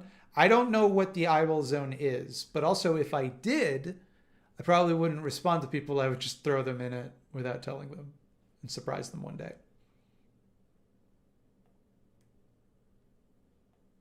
Tell my wife the chat said hello. I will never allow my wife to hear from chat and their vicious whims. Okay. Once more into the breach, friends. He says the proletariat seizes the public power, and by means of this transforms the socialized means of production, slipping from the hands of the bourgeoisie into public property. By this act, the proletariat frees the means of production from the character of capital they have thus far borne and gives their socialized character complete freedom to work itself out. Socialized production upon a predetermined plan becomes henceforth possible. The development of production makes... Do you see how that's kind of a contradiction, though, Caleb? How if there's a predetermined plan, it can't develop according to its own whims, it can't be free? Do you see how that kind of doesn't make sense? Unless you assume, for whatever reason, that whatever the plan is the thing that the economy would have chosen on its own if they just simply get rid of the capitalist character of things. I would argue that such a belief is, in fact, quite utopian. The existence of different classes in society, therefore, an anachronism. Now, let's talk about that. The development of production makes the existence of different classes of society, therefore... No, the Infinity Shirts analogy is not one of those times where I lost my train of thought halfway through and ended up saying something I regret. I genuinely think my point about the infinite t-shirts is analogous to what this man is arguing how a society should be run. I genuinely think this is the logic he is displaying to me. Burger King. An anachronism. What does that mean? So that means that the communists come to power and immediately declare everyone to be equal, right? And they immediately end all incoming... No. The development of production makes the existence of different classes thenceforth an anachronism, meaning that classes and inequality fades away as material abundance expands, right? So you'll notice, Caleb, that is yet to happen in any of your examples. One might reasonably then ask, how come? Why not? Why didn't that happen? That sounds rad. The way we get toward that ultimate goal of communism is by the development of production, by technology. And again, I'm sure it seemed that way 150 years ago, right? When we didn't have enough food to feed everybody, when we didn't have enough houses for everybody, when we didn't have the means to live within socialism, like I don't mean like in terms of control. I mean like literally the food and the bare basic necessities of people's lives, like the tools and all of that. Now we do, right? We don't need to produce more to get there. We're there, Caleb. We're there. Standards and production increasing, vast abundance being created. In proportion, as anarchy in social production vanishes, the political authority of the state dies out. Man, at last, the master of his own form of social organization, becomes at the same time lord over nature, his own... Why does it, though? Why would it? How come? That's not... You got to substantiate that. I assume somewhere in this book, Engels substantiates that claim, gives his reasoning for why, in the event that... having not read it, personally, I'll admit that I have not read the book. He's not making a compelling case that I should, either. But... I assume somewhere in the book he outlines why that would happen. Caleb isn't doing that. Caleb is just saying, well, Engels said so. All these synthetic leftists on BreadTube, they're saying that this, socialism is about people not being poor. Engels said it's that if we just do this will take care of people's needs, and then all of our problems will just go away on their own. The problem. And this is a problem that anarchists have been pointing out since the time of Engels. You would do well to read even the slightest bit of anarchist theory, because you would at least be able to confront this question, although I doubt you would be able to answer it. The thing is, the state is self-perpetuating. Every state is. The idea is that a state justifies itself. So your argument that because the state is no longer necessary, right? People are going to disrespect its power, or it will be illegitimate in the eyes of the people, and therefore it will wither away. that is completely utopian. Because right now, tons of people already think that the state is illegitimate and nothing has fucking happened, right? That is just not the reality of how things work. Because you can tell them, hey, state, thanks for centralizing production and giving us this abundance that allows us to eliminate class antagonism. Here's the thing, we're done now, you're good, you can go home. And they're going to be like, oh yeah, no, about that though. We have all of the guns and tanks, so we actually still want to be in control, and there is nothing you can do about it at all, because you already centralized all of the mechanisms of power to us. So we've got those, and we want to still have them. Sorry. Like, there's no way around that. There's no way to put that genie back in the bottle. Once you hand that power to them, they have it forever. Unless they just decide of their own beneficence to give it away. I got the money. There's nothing you can do. You are depending on this on the good nature of the people ruling you. And if there's one thing power has been demonstrated throughout the centuries to do, it's to attract people that do not have that good nature, right? You have no answer to this question, Caleb. Master free. So as the development of production makes the existence of different classes an anachronism, meaning that so much stuff, because we have a state centrally planned economy, because the level of productivity increases, right? Because so much stuff is being created and there's so much abundance and prosperity. Beneficence is a word as well as benevolence, I'm pretty sure. Correct me if I'm wrong about that, but I did mean to say beneficence because I believed at the time that beneficence was a word, but I could be wrong. Prosperity. Inequality starts to fade away. Because why hoard things? If there's so much stuff out there, no one needs to hoard anything. And because there's so much abundance, there's going to be a lot less crime. That's the reason. The attract people that don't have that good nature is why the lizard people theory exists. Not really. The reason that theory exists is because David Icke wanted a way to be anti-Semitic without getting caught. And there's going to be a lot less poverty and there's going to be a lot less suffering. Beneficence is a word. As a result, the government I win. Goes away. The need for a government fades away. There is so much material abundance that the need for government goes away.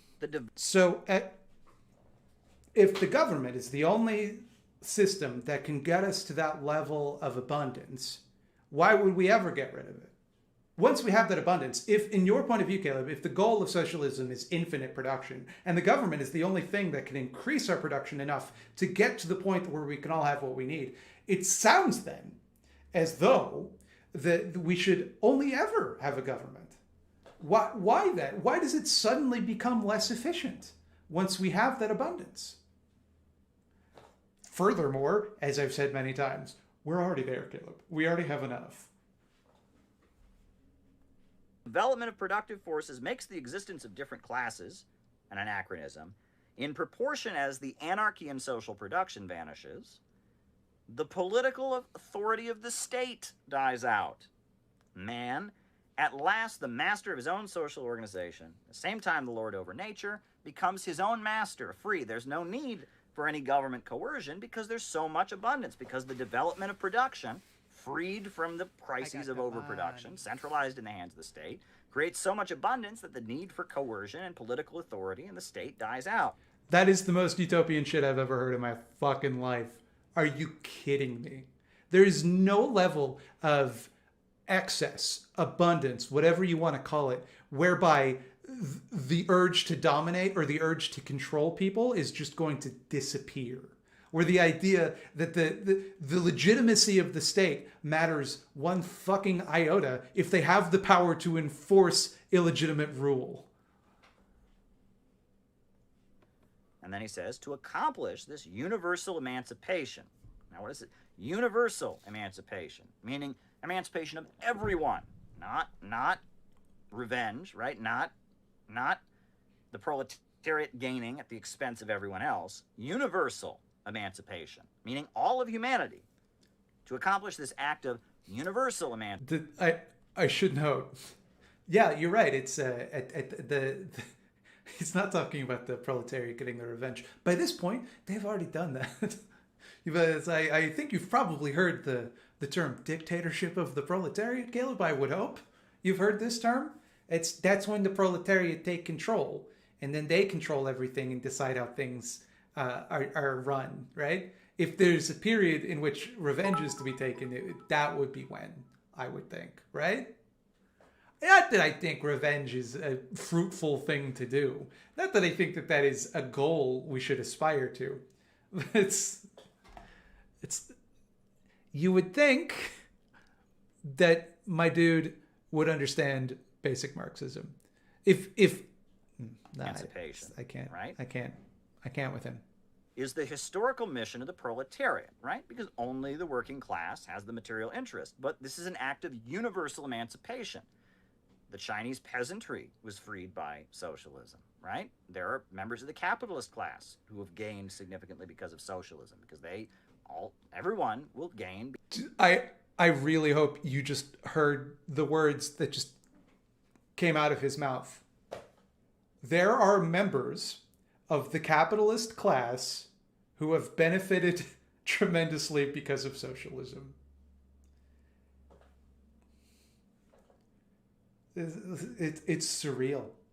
It's surreal. The 238 people saw this video and clicked that like button. They're like, you know what? What you're saying makes perfect sense to me. I like it. That 1 in 10 people who've seen this video click that like button. Absolutely. This is like, I am by no means someone who is particularly educated in Marxist theory. By no means. I would never claim that. In fact, I know Jack. I'm a real knucklehead in that matter. I see the problems with what he's saying. How is anyone listening to this shit? It's embarrassing. It's embarrassing for the left that anyone takes this complete fool seriously. Because of the rational planning of the economy. To thoroughly comprehend the historical conditions and thus the very nature of this act, to impart now to the oppressed proletarian class a full knowledge of the conditions and the meaning of this momentous act, it is called upon to accomplish. That is the task and the theoretical expression of the proletarian movement of scientific socialism. So, what I just read to you, the problem with capitalism is production organized for profit. The way out of it is centrally planning the economy. And the goal is to raise the level of productive forces so high that the need for political authority in the state fades away. No, it isn't. That is what Marxism is. I read to you from the Communist Manifesto. The goal. I read to you from Friedrich Engels. The goal is to end the exploitation of workers by the capitalist class. You might argue, and you seem to be of the opinion that for some reason raising production will accomplish this. It is that's a whole other thing. That's nonsense. But that's not the goal. The goal, I can't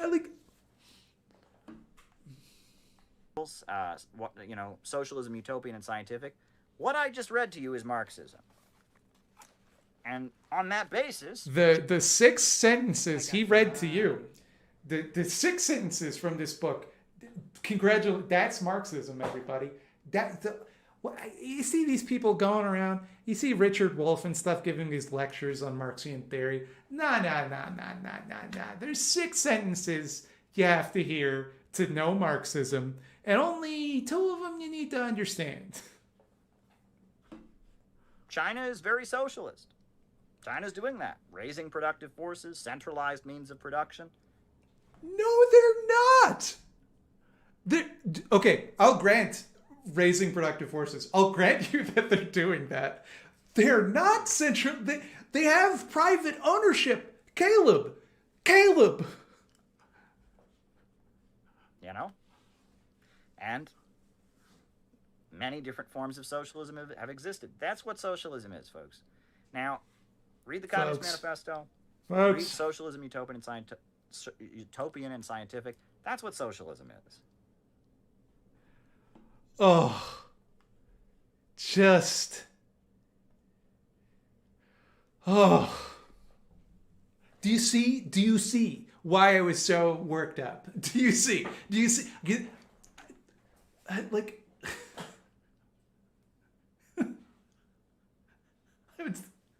it's unbelievable. Unbelievable. Like, dude, like, I get, like, tank bullshit. I've heard it all before. If he was simply making tank arguments, I'd be like, okay, that's a thing that's around.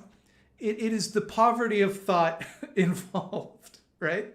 It is basing all of his argument on like 2 or 3 sentences from one introductory text and one book that is not written by Marx. That's all of Marxism. It is, and furthermore, to draw from that, to understand what you're saying so poorly that you draw like completely opposite conclusions. It is.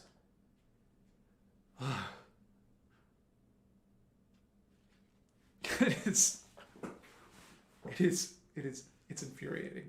And on top of that, he's like, how do these people not get it? They must be being paid by the CIA. I don't understand how he's real. I don't understand how he's not like a Sacha Baron Cohen character who's like a parody of a leftist. If this is all like an Andy Kaufman style prank, he is the best I got the money. comedian to ever live. If this is all like a spoof and a goof, incredible. World's greatest genius. Otherwise, I weep for the state of our discourse. That he isn't laughed out of every room he walks into. To be fair, Socialism, Utopian, and Scientific is probably the most important Marxist text. I don't know about that.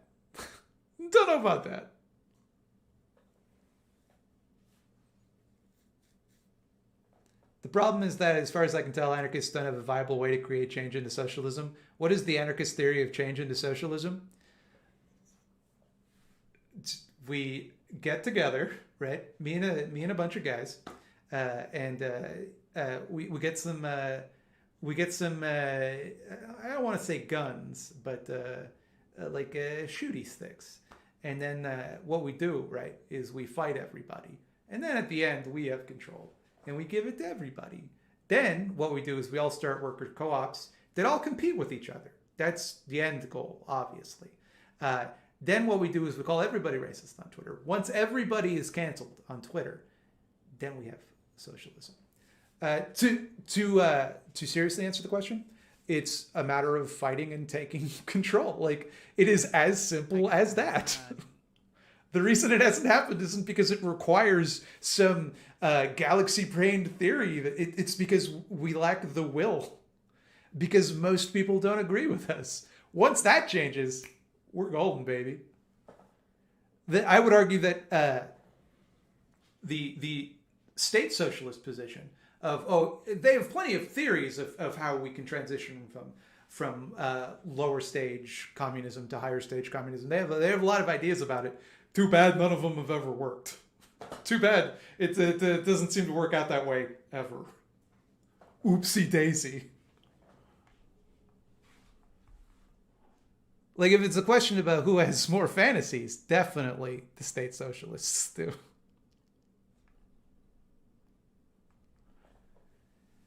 I should debate him? I would lose. I would like the thing. I would lose because there's no way that I could not get this worked up. Like, if I had to debate this fool, I'm an extremely bad debater. This is as good as I get, right? Talking off the cuff. There's a reason that I specifically chose for my content that I will write things down and then read it later. Because that's if I can write an idea, I can do fine. If I have to off in the minute, like I got the money. deal with I like recently started gish watching gallops your and stuff, content, I and can't it's do been it. really helpful in these hard times. I'm glad it was helpful. But I cannot, I'm not a debater. There's no one who I could out debate. I simply cannot do it. Like, it's not like, that's not me doing my usual shit on myself routine. It is a recognition of where my strengths and weaknesses are, right? Like, I have other skills.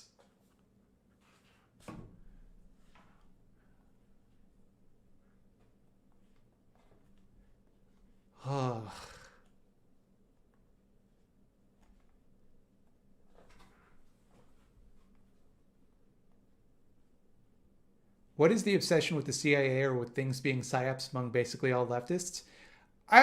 Because there's a strong history of it. Like Google COINTELPRO, that isn't just leftist paranoia. That is absolutely a thing that happens. Most leftists mean it as a joke when they just accuse people of being CIA. I don't think Caleb's in the CIA, for the record. I don't think he's a State Department asset of any kind. I think he's just a doofus. What point was he making? Who does he think he's calling out? He thinks he's calling out Bread too, but he doesn't know who that is. I know certain capitalists that benefited from Cuba's healthcare developments. I mean, in the sense that like rich people would fly to Cuba and get like better healthcare there. Like, sure. I don't think that's what Caleb was referring to. He was referring about like the class of rich people as a whole benefiting under socialism. Not rich people as a class. That would be almost a reasonable take. But specifically the capitalist class benefiting under socialism, which is meant to be the abolishment of capitalism. But somehow the capitalists are meant to benefit from it. That if they do, it would be because they are no longer capitalists, like they become workers and then benefit from it. But the idea that they remain capitalists and benefit, it's so pig-headed. I can't even get my words in order. It's so wild. It's such a, like, imagine one day that I tweeted that, right? If tomorrow I tweeted, hey everybody, I think the capitalist class should benefit from socialism, but send, right? Imagine how tanky Twitter is going to respond to that. Imagine how ripped to shreds I would get if I said that, right? Deservedly, by the way.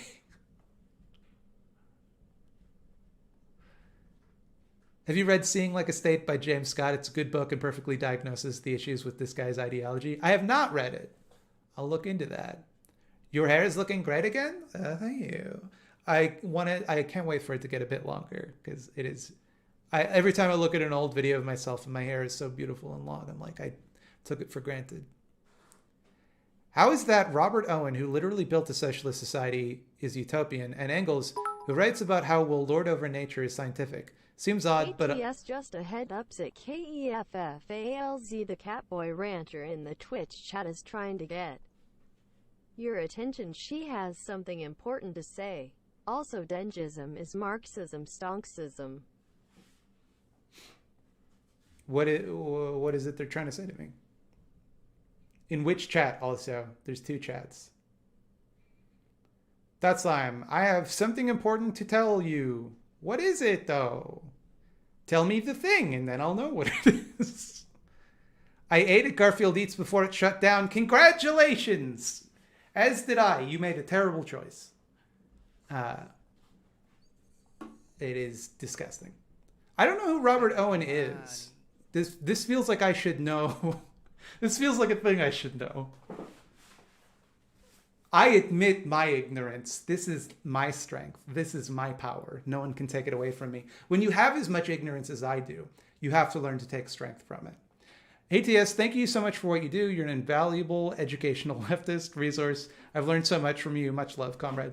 What an interesting juxtaposition, as I was just talking about how ignorant I believe myself to be. How other people talk about me versus how I talk about myself. There's a lesson in there somewhere. Caleb looks like he's been cooked to medium rare. He's reminding me of my dad's homemade steak. Wait, medium rare is like when you cook less, though. The way you phrased it, I was like, no, he looks like an undercooked steak. I don't know. But what you said is correct. It took me a minute. Caleb looks, no, I just read that. It's actually less Marxist to dogmatically repeat 100-year-old ideas. Dialectics mean you incorporate new, better ideas as they become available. This is actually a point that Lance and I touch on in the video tomorrow. But yes, it is actually extremely counter-Marxist to not adapt theory to suit new data. That is not materialist. Caleb is embarrassing and I don't understand what other communities see in him. I'm sorry that you have to deal with him. Also, Burger King. I mean, I don't have to deal with him. There is no one making me do this. It's the thing. I sought this out. If he's a fascist, is it okay to troll him? Or let my Nekomata facet try to curse him? I don't know what a Nekomata facet is. I assume you're some sort of plural system. And this is one of your, I forget the word. Alters, is that the word? And I would never encourage people to troll him for two reasons. One, it's against YouTube terms of service. Two, trolling him and like giving him that attention, it does increase his profile, right? If a bunch of people go into his chat to go like, hey, dipshit, you're a big dipshit, then that's just more chat messages. The algorithm rewards that, right? I've never heard of this guy before, but I already can't stand him. Welcome to the club.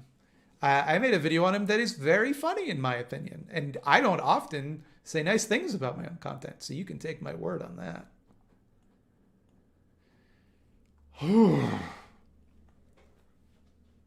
Seems like a harmless dork, to be honest. Not digging this format. Picking on nerds for entertainment is also called bullying. He is not harmless, though I will grant you he is a dork. He is absolutely a fascist and someone who is absolutely a fair target. You can look into the content I've made explaining who Caleb Maupin is. Is Garfield Eats still open in London, Ontario? No, I don't believe it is. Why did Peter Coffin defend this person? Who can say what the reasons Peter Coffin has for the things they do? It is primarily so that they can get criticized by a bunch of people so that they can then point at that criticism and go, nobody wants to hear about class analysis. Nobody wants to hear about class. Every time I try to talk about it, everybody's so unfair to me. That I think is the reason he would have him on. Perhaps also as a direct attempt to get under my skin. I think there's an element of like they did it like literally to bother me. And that is a little me being paranoid and up my own butt. But Caleb was on their podcast shortly after like I had a falling out with them and then made a video about Caleb. And then like the next week he's on their podcast. I don't know. I could be full of shit. I'm probably wrong. But it definitely felt like there was a little bit of that in there. I don't know. Maybe I'm giving myself too much credit. But yeah, Caleb sucks.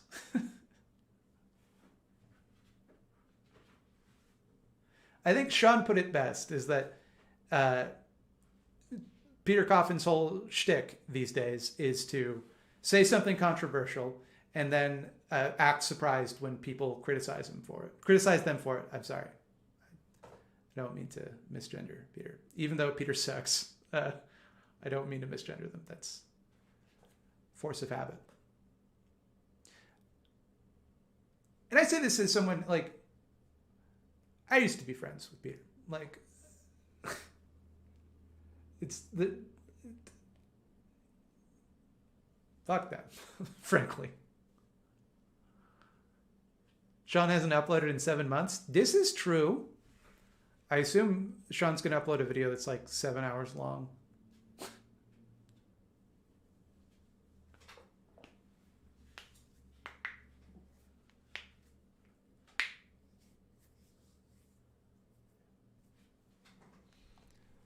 Oh, so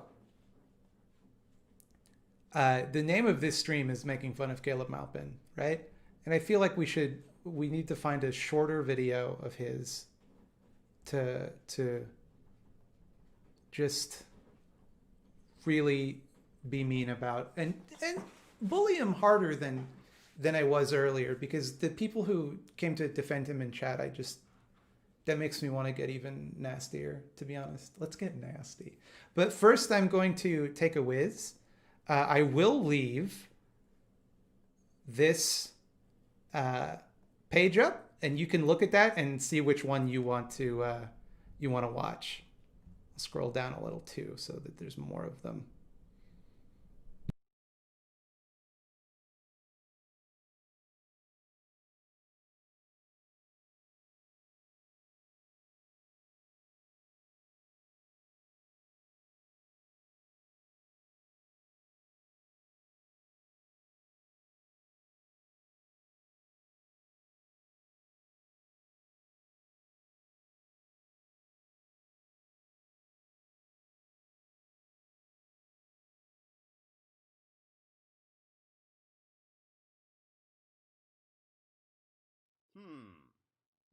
Burger King. 2 months.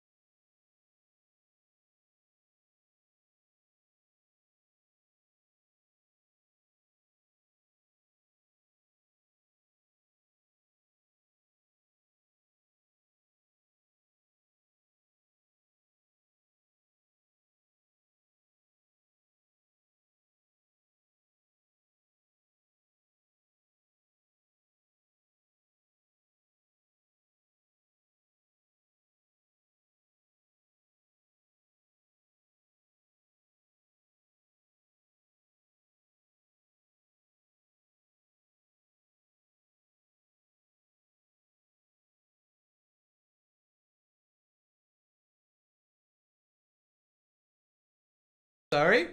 I have returned. What is the consensus video?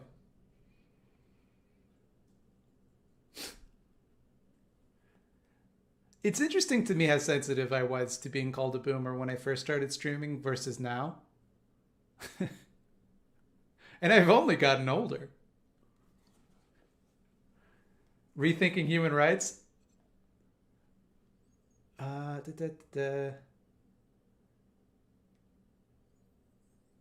Hold on. I'm looking. Why am I trying to... Okay. This video is an hour long, so we're probably not going to watch the whole thing. I'm going to watch until I drop dead of pure anger. And then you can send money to my widow. People have always Whoa, he has upped his production value, but maintained the terrible angle. Does he think this angle is what looks best on him? Burger King. Just right away, it jumps out at me that 3 he is months. Rainbow flag. he is in a new room. It looks like quite a nice room. It looks like a conference room of some kind. I'm assuming at RT. It looks like it could be a cool background for his video. He could, if he just moved that camera a little bit, he could just. But it's just he's always does his camera like this. It is. By now, someone must have told him, right? By now, one of his sycophants must have said, hey, I'm a camera person. Move your always camera. been the foolish victims of deception and self-deception in politics, and they always will be until they have learned to seek out the interests of some class or other behind all moral, religious, political, and social phrases, declarations, and promises. Now that was said by Vladimir Lenin, the leader of the Russian Revolution, and it's in a famous essay that he wrote called Three Components Oh, that's who Vladimir Lenin is. Thanks for explaining that to me. This is, of course, my first day on planet Earth. Marxism. A very important essay that Lenin wrote explaining Marxist teaching, Marxist ideology in pretty basic terms. I'll read it one more time. He said, people have always Yeah, I mean, if it's real basic, you should probably read it a few more times.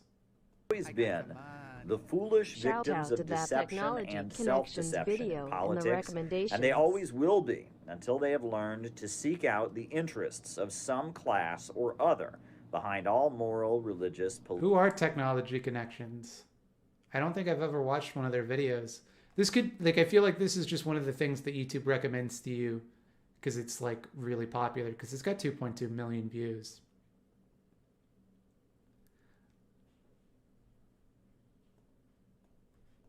Political and social phrases, declarations, and promises. What does that mean?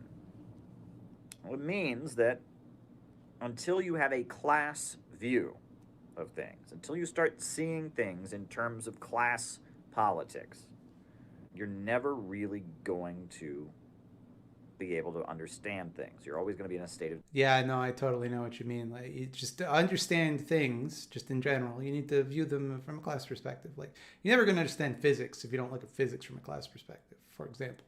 You're never going to learn French if you don't try to learn it from a class perspective.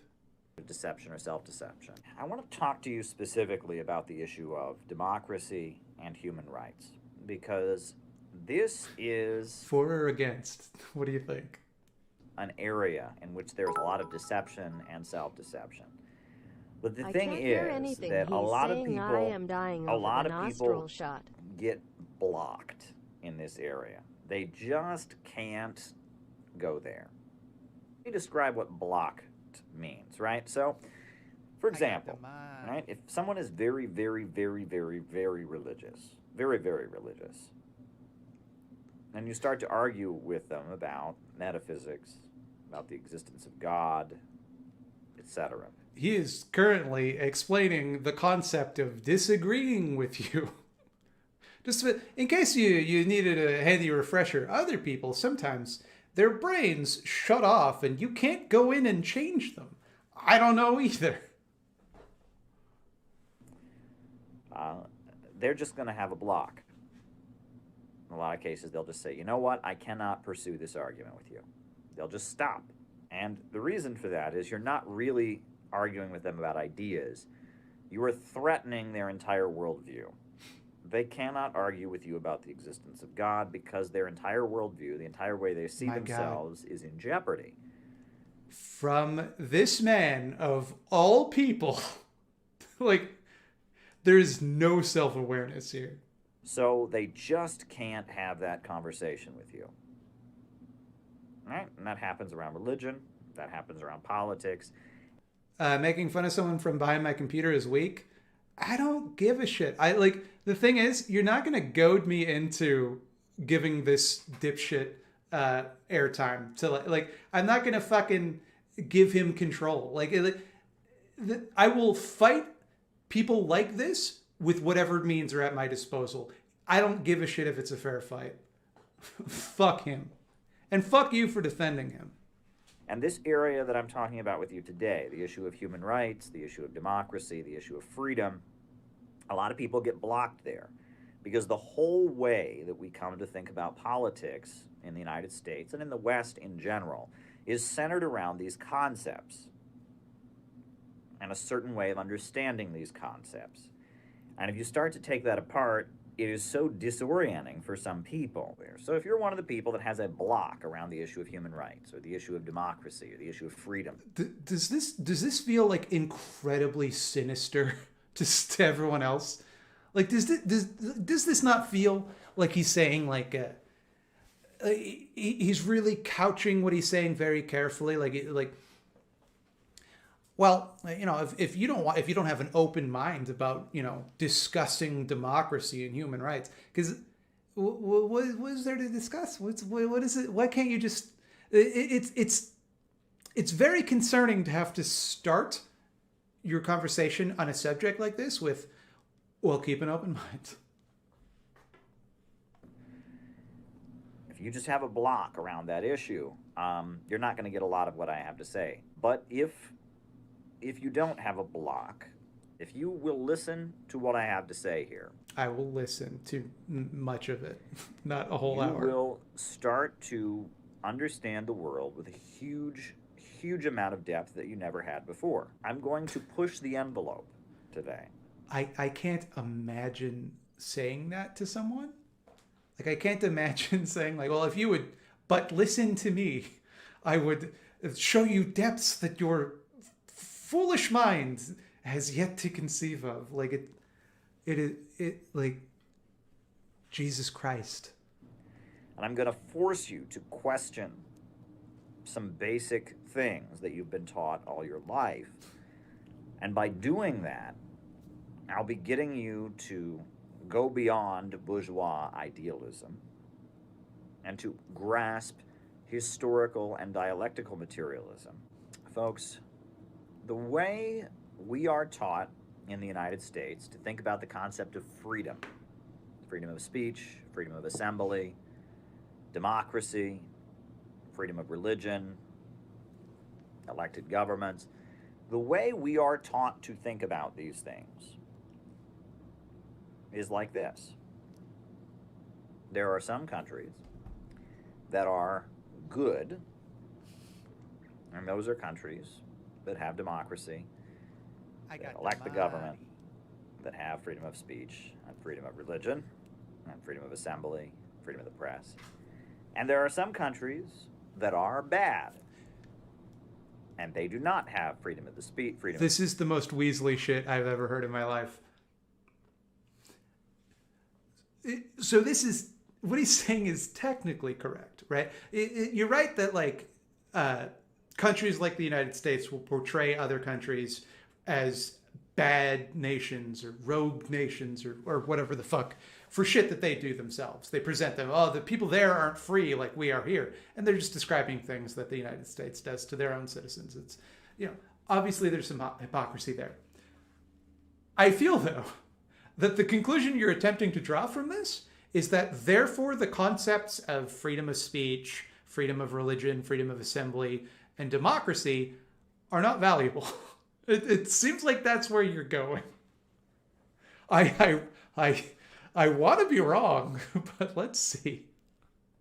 Freedom of speech, freedom of assembly, freedom of the press. They don't have real elections to elect their leaders, and those countries are bad.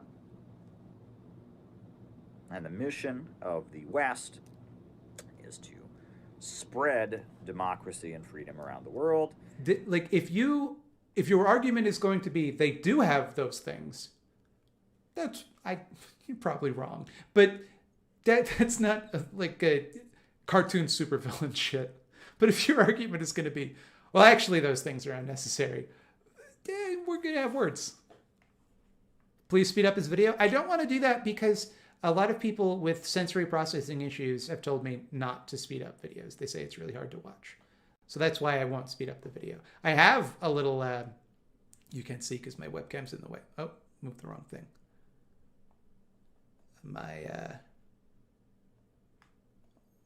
I have a little like Chrome extension that lets me do it, but I won't. So just know that it's there, and I'm not going to do it. And enemies of the West, be they communists or fascists or whatnot, these are people who do not believe in freedom of assembly, freedom of the press, democracy, elected government, and the West battles. Fascists don't believe in those things. I probably wouldn't have made that equivocation, but against those people. You do you, man. And spreads freedom throughout the world. Now, that's the way we're generally taught to think about the issue of freedom, human rights, democracy, etc. And on the surface, just accepting that narrative, it's already wrong, okay? And it's very easy to take apart, right?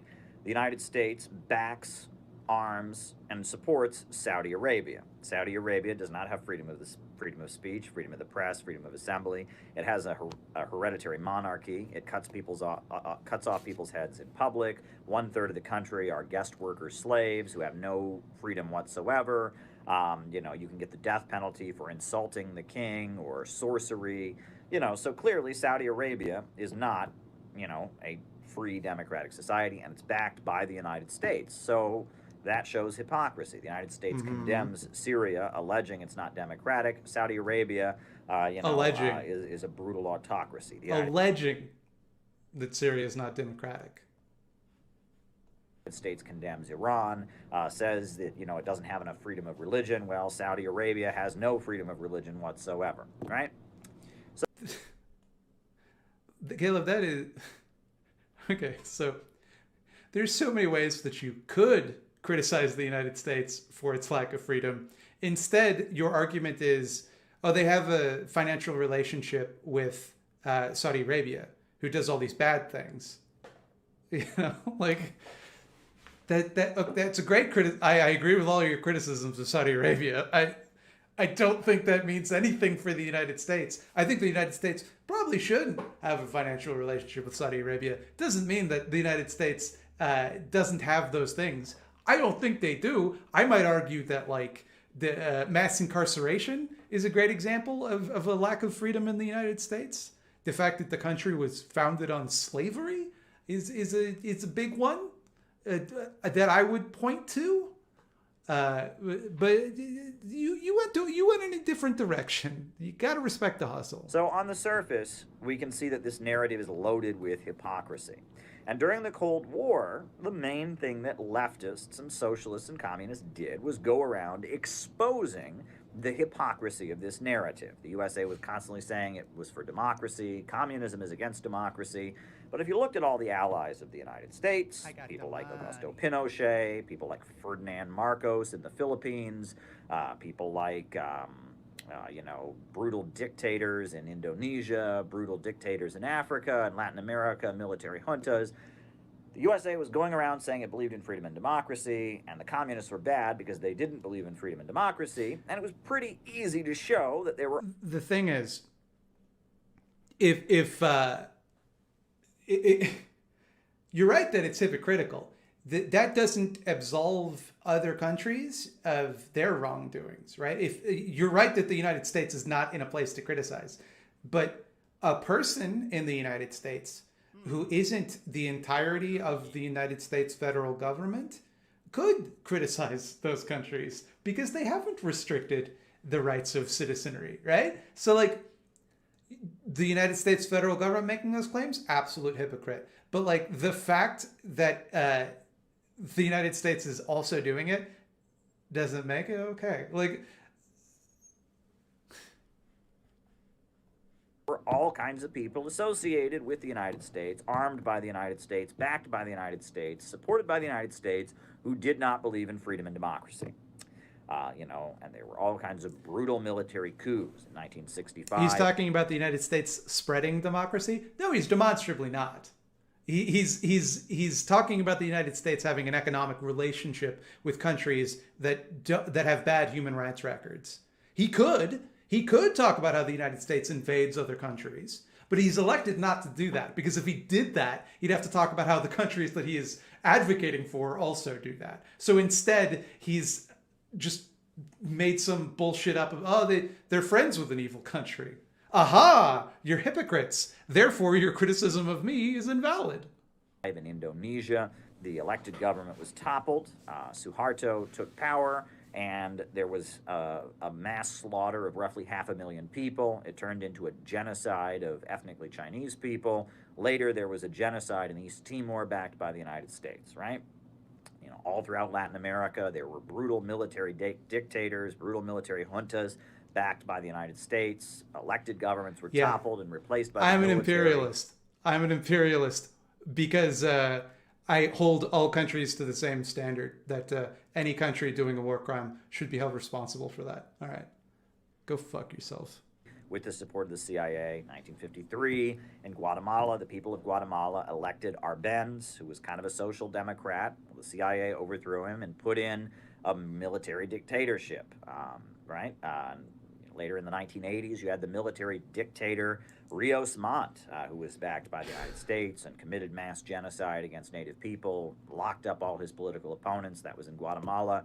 You know, you can talk about many examples throughout the Cold War of the United. Yes, the United States is an evil country. The United States is wholesale, has all of these problems, right? The United States is not a free country. It's not a democratic country. You're right. So we criticize it. Therefore, we would criticize, if another country did those things, we would criticize that country.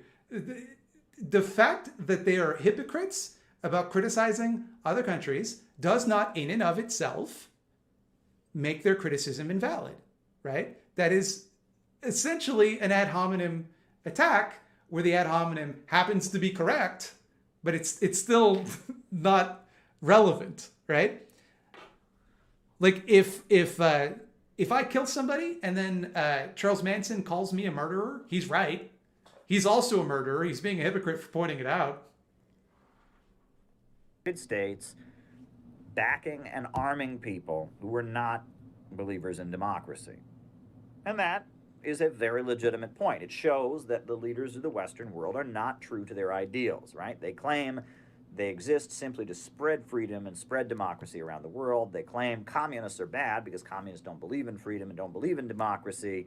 Well, you can rip that to shreds by simply pointing out that the United States is not true to its own. You've ripped half of it to shreds, right? You've pointed out that they are not spreading freedom and democracy. You've done that. Established. Done. It is now incumbent on you to explain how the countries you are caping for do. I look forward to this. Logic, right? That there are plenty of forces backed and supported by the United States that are not democratic, that are not adhering to human rights, that are violating human rights, that are brutal, that are dictatorial.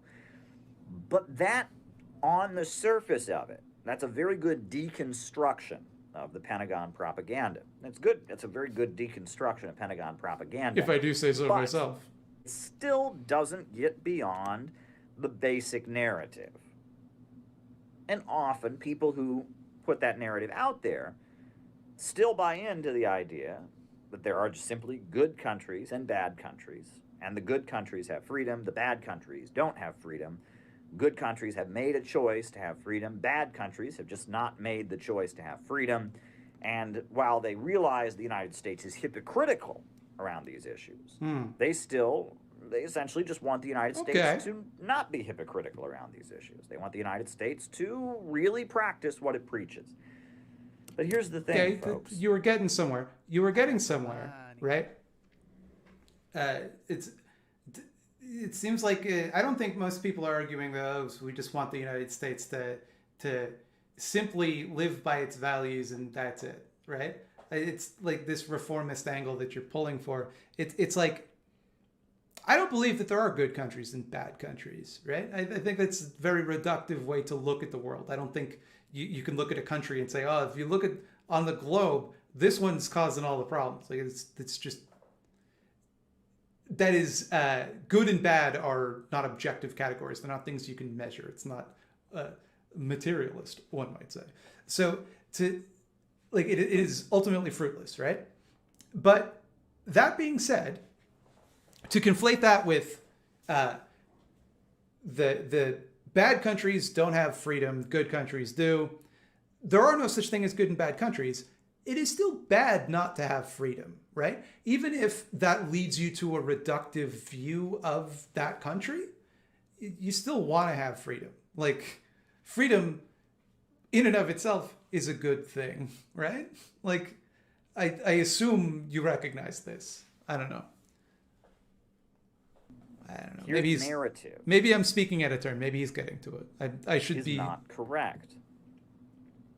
That narrative is not understanding the nature of human society and the nature of history. And that might be a little bit hard for people to swallow. But this narrative that we have in the West, that there are good countries and bad countries have freedom, bad countries don't have freedom, this narrative is a huge, huge, huge oversimplification. It is a big problem among 7-year-olds.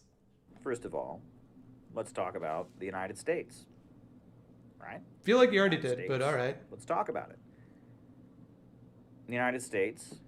It seems like the argument he is making is that there are good and bad countries. It's just that most people have the sides reversed, right? Because he keeps coming back to this point that the United States does all these terrible things, which they do, right? The solution to that would be like, hey, let's stop them instead of just saying, well, if they're allowed to do it, how can you judge other people? Was founded with some pretty good documents: the Constitution, Declaration of Independence, life, liberty, and the pursuit of happiness. But for the majority of U.S. history, there was slavery. Up until 1865, Civil War ends, you have slavery. There's still slavery, Caleb. It's the 13th Amendment did not abolish slavery. It simply made it so that slavery has to be a punishment for a crime, and then the mass incarceration epidemic basically re-legalized slavery. It's a pedantic point, but... Now, what was going on there?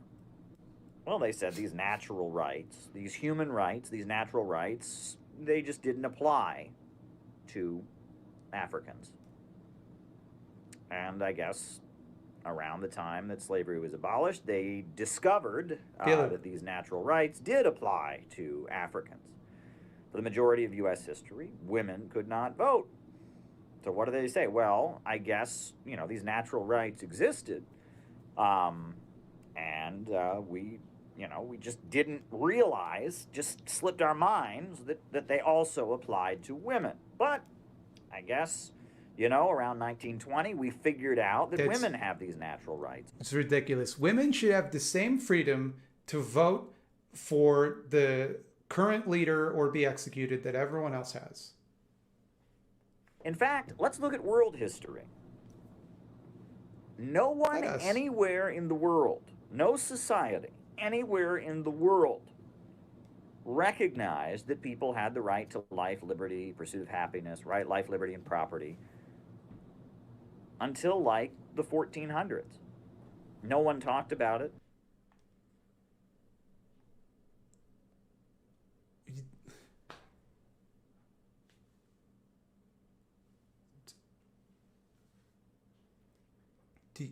Do you know that indigenous societies existed, Caleb? Like, just... No one discussed it. It just wasn't an issue. No one thought of it. No one talked about it. Now, these are supposed to be natural rights that we are endowed with by our Creator. Yeah, no woman in history ever thought to herself, oh, this kind of sucks. Kind of sucks that I don't got freedoms. Jeez. Oh, well. They just never thought of it. But it never occurred to anybody that we should have freedom of speech or freedom of assembly or freedom of religion or the right to property or the right to peaceably assemble, or never occurred to anybody. It had to. It had to occur to people because the only reason you wouldn't have it is if the state decided to take it away from you. And the only reason they would take it away from you is if they felt you would exercise it in a way that was dangerous to them, right? So that in order for there to be limits on freedom of speech, it has to be understood that people assumed they had the freedom to say those things in the first place. Otherwise, there would be no point in putting a limitation on freedom of speech. It is just... No one thought of it until the 1400s. That's a good thing. It was a very good development when people started thinking that way. But if these things are eternal concepts, if these are things that should exist in all societies at all times, why did we just discover them? We didn't, dog. We didn't. It's like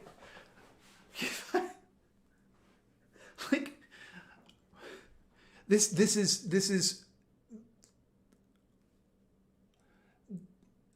a high school level understanding of history. Like it is. I just. In the 1400s, human beings have been around for thousands and thousands of years. Right? Human civilization, as we know it, didn't start until roughly 6,000 or 7,000 years ago. So for the majority of human civilization, it never occurred to anyone that we should have freedom of assembly, freedom of speech, freedom of the press. Never occurred to anyone. Ever. No one ever thought of it. It couldn't be that perhaps there was some sort of top-down institution that had all of the power and weapons and standing armies that prevented them from exercising these natural rights. You know? It's just nobody ever thought of it. It's just one day someone was sitting around and went, I have an idea. What if we're all people? What if everybody's people? Right? Freedom of religion, elected government. None of that ever occurred to anybody. Never. Until like the 1400s. Why?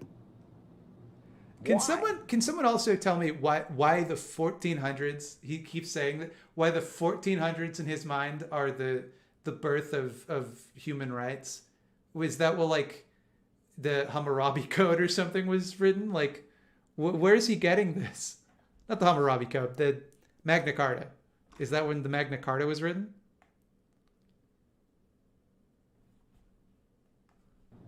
These are universal human rights. Oh, also, Caleb, probably the reason there was no freedom of the press before the 1400s is like that's when the printing press was invented.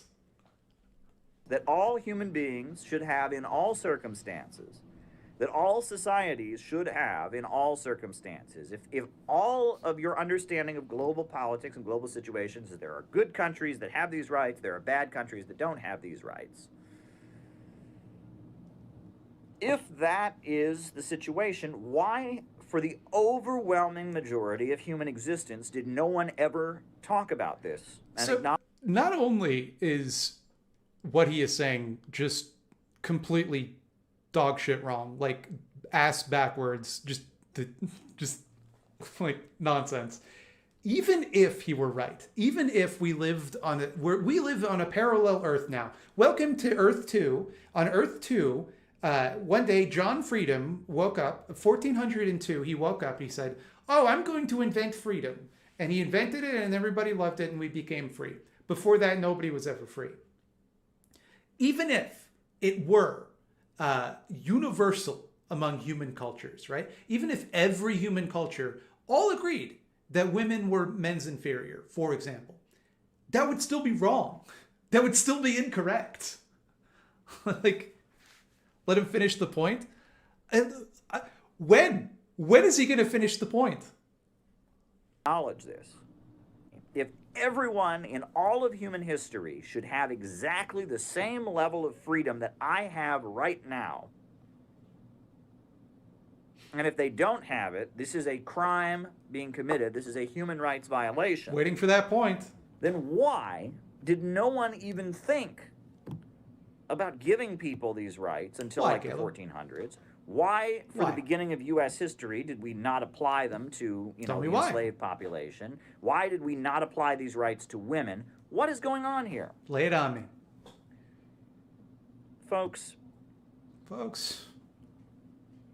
human rights are good. I'm very happy that I have freedom of speech. I'm very happy that I have freedom of assembly. I'm very happy that I have freedom of religion. Well, that's I'm a very relief. happy that I get to vote for my elected leaders. Still I'm waiting very on that happy point, by about the all way. of those things. I would fight to defend those things. But why do I have them? Do I have them because all societies throughout human history have been evil? But then somebody in the 1400s said, we really ought to have some rights. And based on that, everything... I mean, is that what happened? So I think I've given him a wide berth from which to make a point. This idea that if a country restricts rights unjustly, or a society restricts rights unjustly, it is therefore an evil society, is exactly the type of black and white thinking that you claim to be against in the first part of this video. Like, a society that is composed of human beings, there's going to be problems in it. And some of those are going to be, some people are subjugated. Some people are made into, are dominated or made lower class. Like that, I would think this is common sense to a Marxist. No. Folks, nothing is eternal in the universe. Can you see that? It says A does not equal A. A does not equal A. There is no way that this first A can be like this second A. There will always be...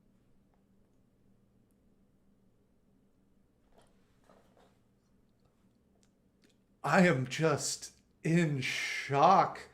We're about to get some real Ayn Rand shit. You could have given me a million years. I never would have guessed where this was going. Be some difference. Nothing in the universe is the same, and everything in the universe is constantly in a state of change. And one of the things that every ruling class in history has done is they have tried to present their society, their order, their political form, their economic form, their ideology, as if it is eternal.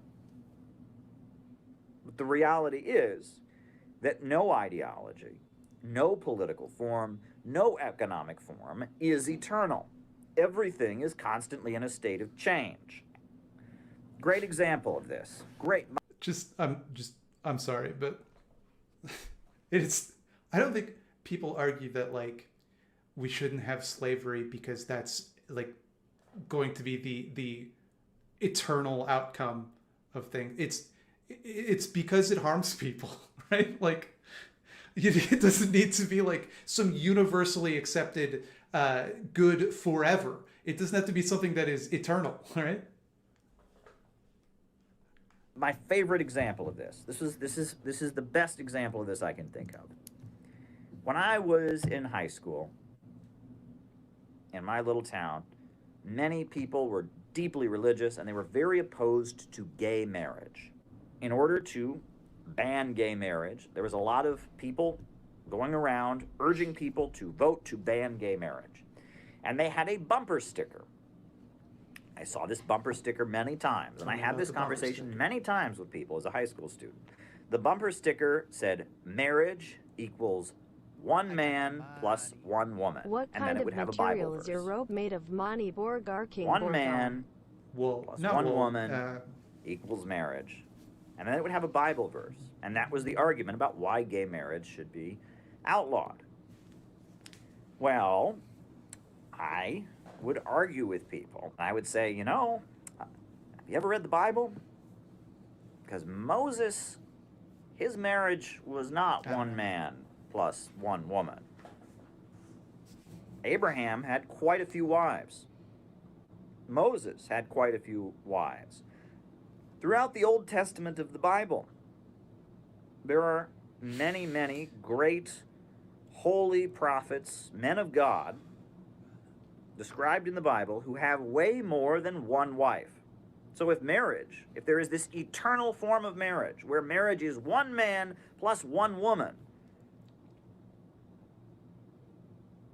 why, thousands of years ago, was that clearly not the case? Well, the reality is that the family, like every other institution, is constantly evolving and changing. For the majority of human history, we were hunter-gatherers. Hunter-gatherer civilization was the first human civilization. The best argument he can think of as an example of how nothing is eternal is the thing that changed within our lifetime.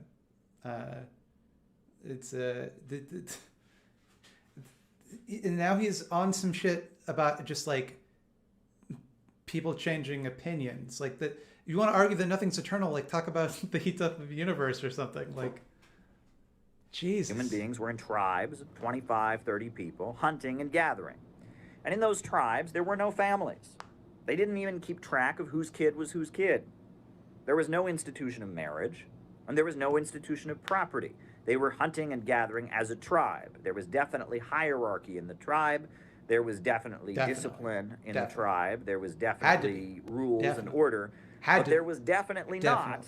There was definitely not an institution of marriage. There was definitely not an institution of private property, and there were no formal classes, right? How the fuck do you know, Caleb? What hunter-gatherers are you getting this information from? Certainly hierarchies, I'm sure. But that was the majority of human civilization. You don't get the institution of marriage. Nothing is... Listen. There had to be. I can't imagine it not being that way, because that's, nothing's eternal. But come on, right? Hierarchy has to be eternal, right? Family, until you have the origin of private property. And when the institution of marriage and the institution of the family emerges, originally, that institution is not one man plus one woman. It is one man and all of his property and all of his wife and all of his children. All of his wife. The institution of patriarchy. Meant to say wives. Was a man and his property was a family. Right? It's later that we get monogamy. There are parts of the world where they still have on May 5th, 71 CE when the Freedom Gundam was first built. Right? Now, we have gay marriage in most Western countries. Because there is no sacred, eternal way that the family should be. The family changed based on the economic base. The way the family started out, in the original economic form, there was no need for it. This is not a difficult concept. It does not require this much explanation, right? He's just arguing that, like, people's values change and that things that we think are universal are not. He's been on this topic for like 4 minutes. Hunter-gatherer civilization, there was no family structure. There was a tribe of people, and they were all one family. The way the family, as an institution, exists changes based on the economic form. Well, politics also changes based on the economic form. No shit. And the reason that no one thought of the idea of freedom of speech or freedom of assembly until about the 1400s in Europe is not because people were evil until then. That's wrong.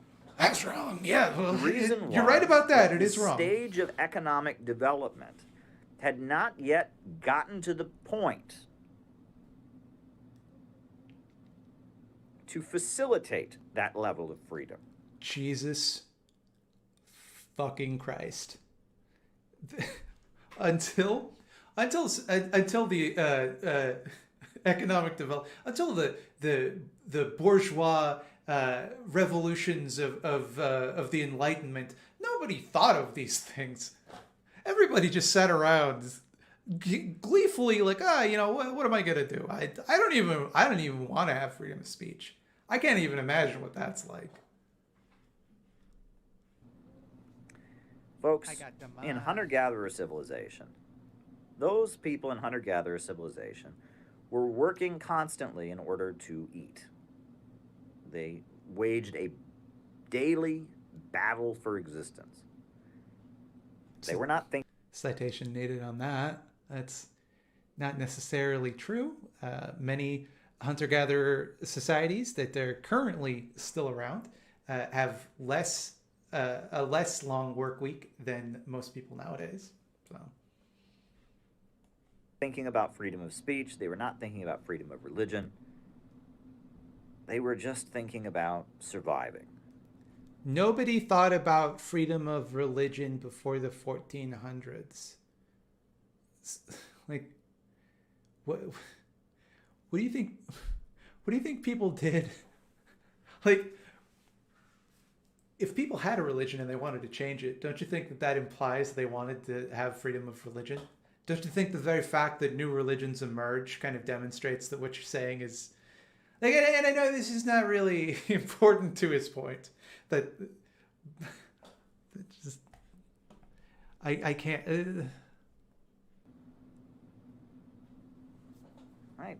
The rise of subsistence farming, the rise of the domestication of animals, changes things, gives birth to new political forms. But, even feudalism. A feudal society is subsistence farming. You are growing enough food to eat. You are growing enough food to eat. Try running a society where you are just growing enough food to eat with freedom of assembly, with freedom of speech, with freedom of religion. Oh my God. Try running a feudal... Oh my God. What the fuck are you talking about? In what way does freedom of assembly prevent people from farming adequately? Right? Like, the people, by definition, until someone else takes it away, have freedom of assembly. That is just Burger King. State, with that level of technology, that level of development, that level of barely getting by, right? Malnutrition-related deaths, short life expectancies. Try running a feudal estate on the basis of everyone. Life expectancies weren't short. Child mortality was high, which brought down the overall average. But most people, if they survived childhood, would go on to live comparably long lives to what we have now. Not obviously that people weren't like routinely making it into the hundreds, but some people did, just like some people do now. One can think whatever they want, do whatever they want, freedom of assembly. We're going to elect. It doesn't work. Why? It wasn't until the rise of capitalism, until we got to a higher economic form called capitalism, that anybody ever talked about the right to freedom of speech, the right to freedom of assembly, the right to vote, the right to elected government. Nobody talked about any of those things. Why? Because we had not yet reached the level of economic development to facilitate those things. No. People absolutely talked about those things. It's just that the people talking about them were illiterate peasants who didn't write it down because they couldn't write. The change that you're referring to is when the bourgeois got enough power under their belts that they could meaningfully push for themselves to get those things, right? But people all over the world, anywhere that they're oppressed, will naturally want to not to be. What do you think that, like, if people are told you can't practice the religion you want, you can't say what you want, you can't marry who you want, they're going to just be cool with it? It would never occur to them that they would want that then? Like,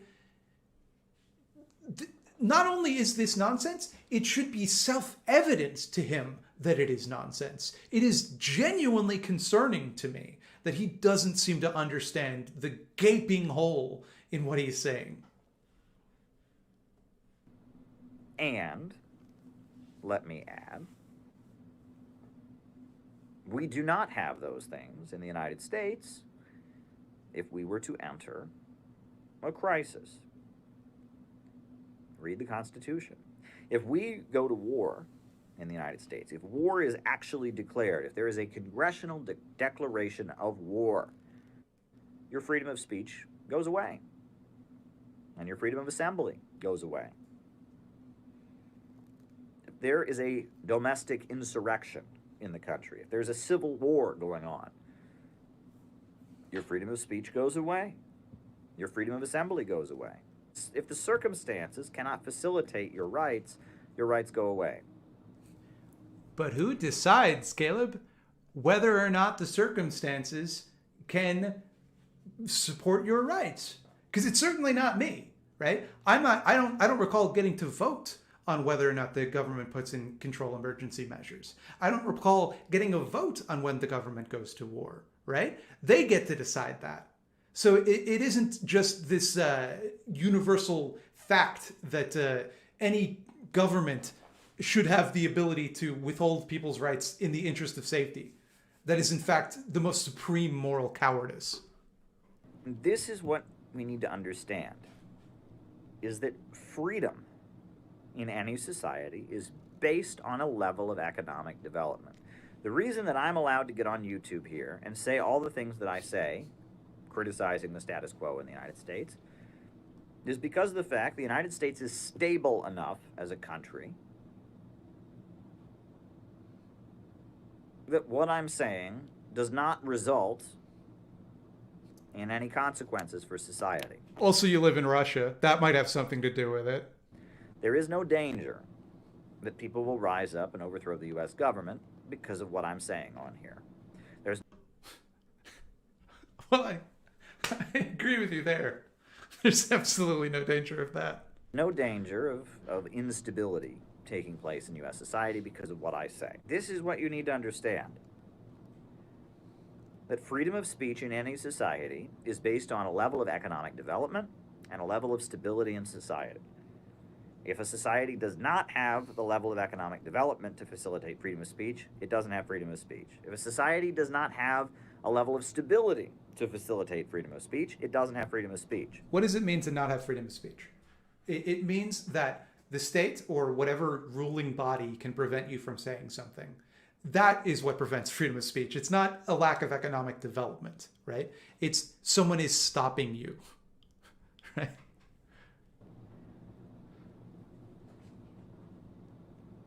And that you cannot separate political forms from economic forms. That rights do not exist in a vacuum. Rights do not exist in isolation from everything else. And we have to get beyond this notion of thinking about rights and freedoms as if they are eternal values. Right? It's just like that bumper sticker. But it doesn't fucking matter if they're eternal values. It doesn't matter to me whether or not someone in the 1st century BCE gave a shit about freedom of speech. It doesn't. What matters to me is that I think freedom of speech is a good thing. I think people should be able to say what they want. Ergo, I support it. It doesn't matter whether or not people 600 years from now will agree with me. To me, I still believe that. One woman equals marriage. In the United States at this time, yes. Not thousands of years ago. And not necessarily in the future. There's not an eternal form of marriage. And there is not an eternal form. There is not an eternal form of the state and the government. The state did not exist in hunter-gatherer civilization. And the state, my hope is that eventually the state will wither away. It's a hope. But you cannot separate the economic form from the political form. Folks, is the USA a real democracy? No. A real democracy? Nope. Meaning the rule of the people? No. Well, no. Any good American will tell you that we are a republic, not a democracy. We have a representative government. A republic is a form of democracy. Just for the record, it's, yeah. But it is democratic in the sense that we get to vote for our elected representatives.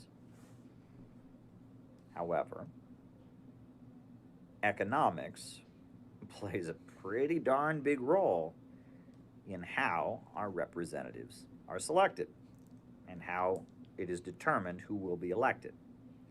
Folks, Folks! Mike Pompeo is recently attacking the Islamic Republic of Iran on social media. Mike Pompeo, What? our How dare lovely he? Secretary of State, warmongering psychopath, was on social media attacking the Islamic Republic of Iran. Social media?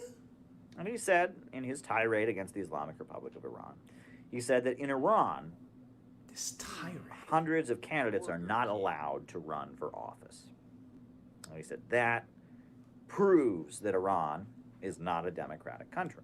Well, is it true that hundreds of candidates in Iran were barred from running for office? Yes. Before Iran has an election, they have a body called the Guardian Council. And this Guardian Council, made up of figures who were key in the Islamic Revolution, people that are in with the Shia Muslim ruling government, mullahs, ayatollahs, etc.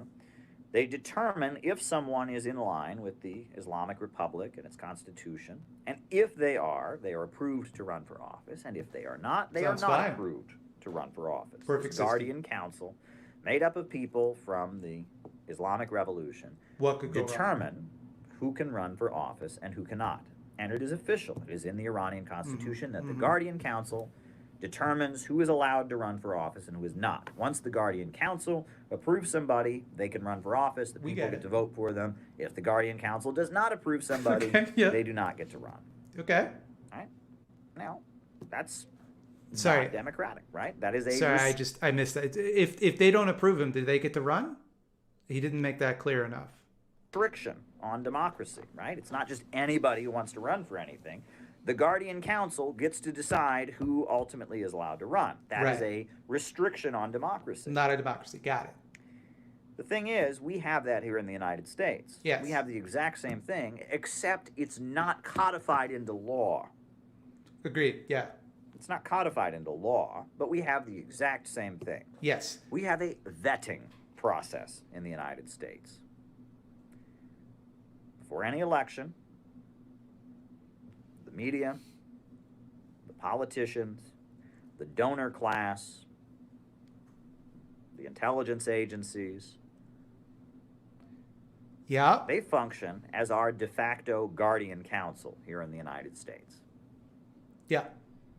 They determine who is treated fairly. Oh my God, he's going to explain it again. Legitimate candidate. He's going to explain it again. And who is not. They get together and they decide whose campaign will get funded, whose campaign will get positive media coverage, who will be treated as a serious candidate, and who will not. Is he on Valium? And they make it blatantly obvious in some instances. Can I just interject here? Yeah, the United States is not a democracy. That doesn't make Iran a democracy. Just worth pointing out. You might also notice that they do that a lot in China. That's also how the Chinese system works. It's also not a democracy. Democratic primary. Tulsi Gabbard and Kamala Harris were both polling between 0 and 1%. But look at the debates that happened on CNN. How much attention did Kamala Harris get? Oh my God. And how much attention did Tulsi Gabbard get? Our de facto guardian council decided for us that Kamala Harris was to be treated as a legitimate candidate, and Tulsi Gabbard was not. We get it. Kamala Harris got lots of time on the debate stage, and Tulsi Gabbard did not. Read about the meetings. The meetings that were held in Long Island, New York. The fundraiser galas where they decided that Kamala Harris... You're telling me that Caleb is willing to overlook Tulsi's weird connections to Hindu nationalists? That's so out of character for him. She was our woman. Read about the meetings where they decided Joe Biden was our guy.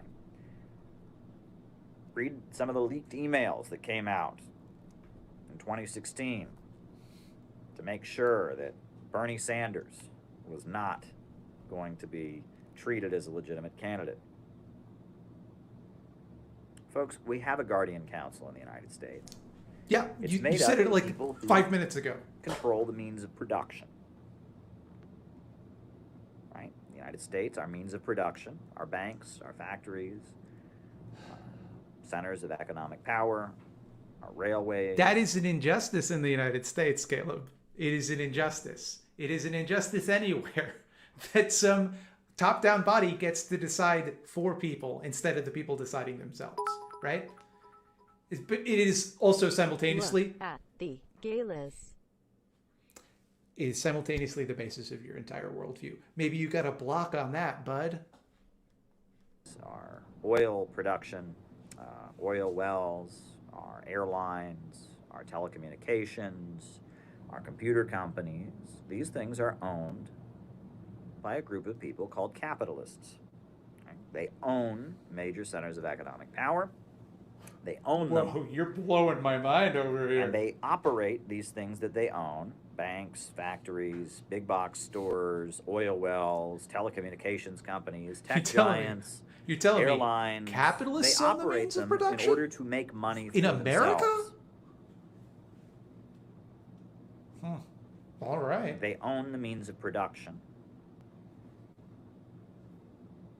And it is those who own the means. You know what is wild to me is that he feels the need to explain everything 10 times, but just breezes past the term means of production. Presumably, this video is not made for people who are already like committed Marxists. You would think then that if you were going to explain something, if you're going to take the time to explain something, it would be the jargon, right? But no, that he just takes for granted. No.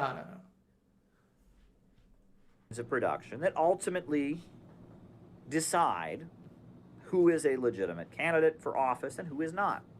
They don't always agree with each other. There are big divisions among them. Some of them don't consider Donald Trump to be a legitimate candidate, others do.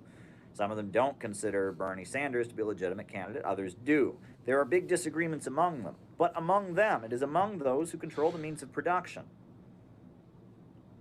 It's among the ruling class of the United States, those who control the means of production. It is among them that the decision is made who is allowed to really be a candidate for office and who... You need to move on and demonstrate why that is not the case in some other country. In any country you can name. Just pick one and then go, here's how they do it and here's why it works better. You could just move on to that. You could just do that. No one is making you keep repeating this. Gets to have their name on the ballot and get ignored and get, just pretended, just ignored. They function as the guardian council of American capitalism. Yeah, we have a guardian council, but it is not codified into law. It is a de facto guardian council. It is a rule of who has the most money. In the United States, the people who control the means of production are capitalists. Owners of big banks, owners of big corporations, owners of tech giants, owners of big oil wells, owners of big banks, owners of Walmart. You know what every Caleb Maupin speech is like? It's like the 12 Days of Christmas, where once he introduces a new thing, he then has to repeat all of the other things that he's already said. Right? Owners of Home Depot, they decide who's a legitimate candidate, and they are our guardian council. In Iran, the economy is controlled the owners of Home by the Depot. government. This goes all the way to the top. And by the Islamic Revolutionary Guard Corps, and by the mullahs, and by the ayatollahs.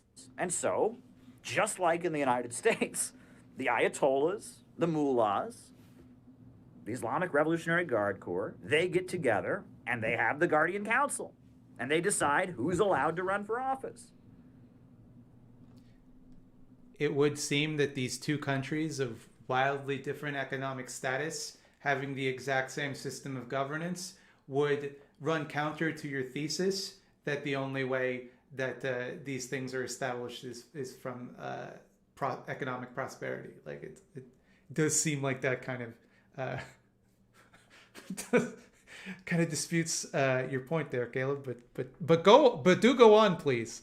I think if you repeat it one more time, we're gonna get it. It's the same thing. In Iran, the people who control the means of production decide who's allowed to be treated as a legitimate candidate and run for office. In the United States, the people who control the means of production decide who's allowed to be a legitimate candidate and who's allowed to run for office. So they're like the council, The but not class codified into law, but that de controls facto. the means of production also ends up controlling the political forms. And that's true for any society.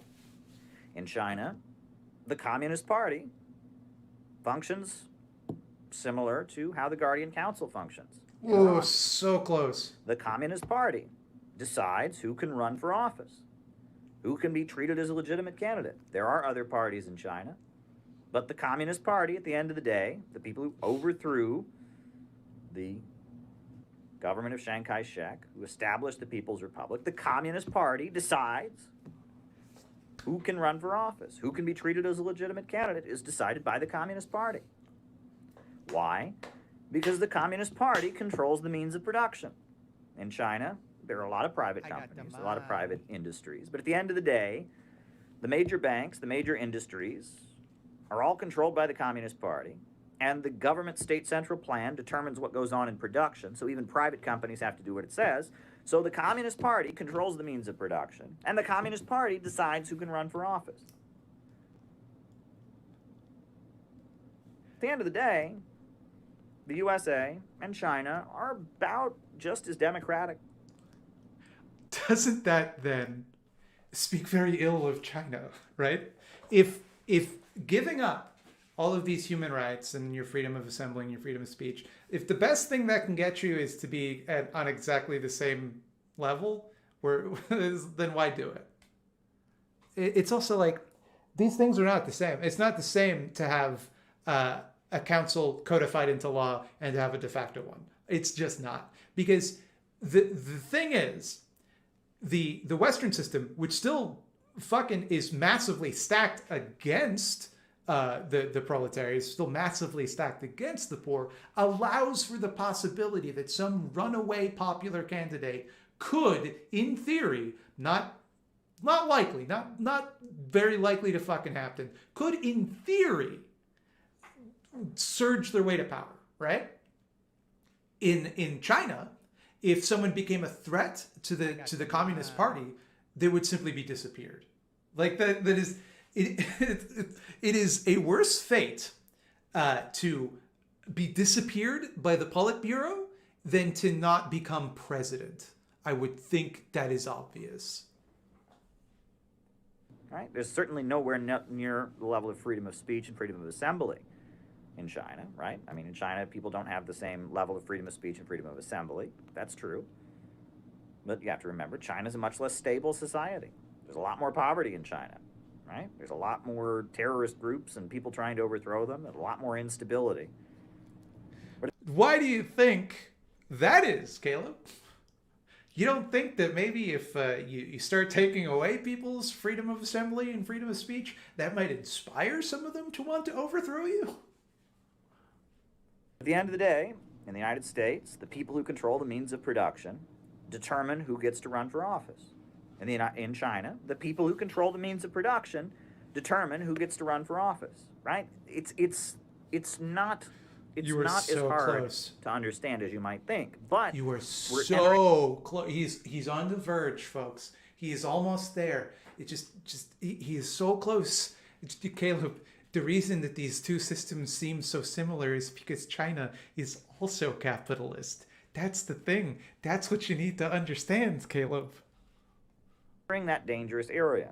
We're entering this area where people get blocked, right? Because we're deconstructing this logic that says there are good countries and bad countries. There are countries with freedom. There are countries that are dictatorships. No, every country is a dictatorship.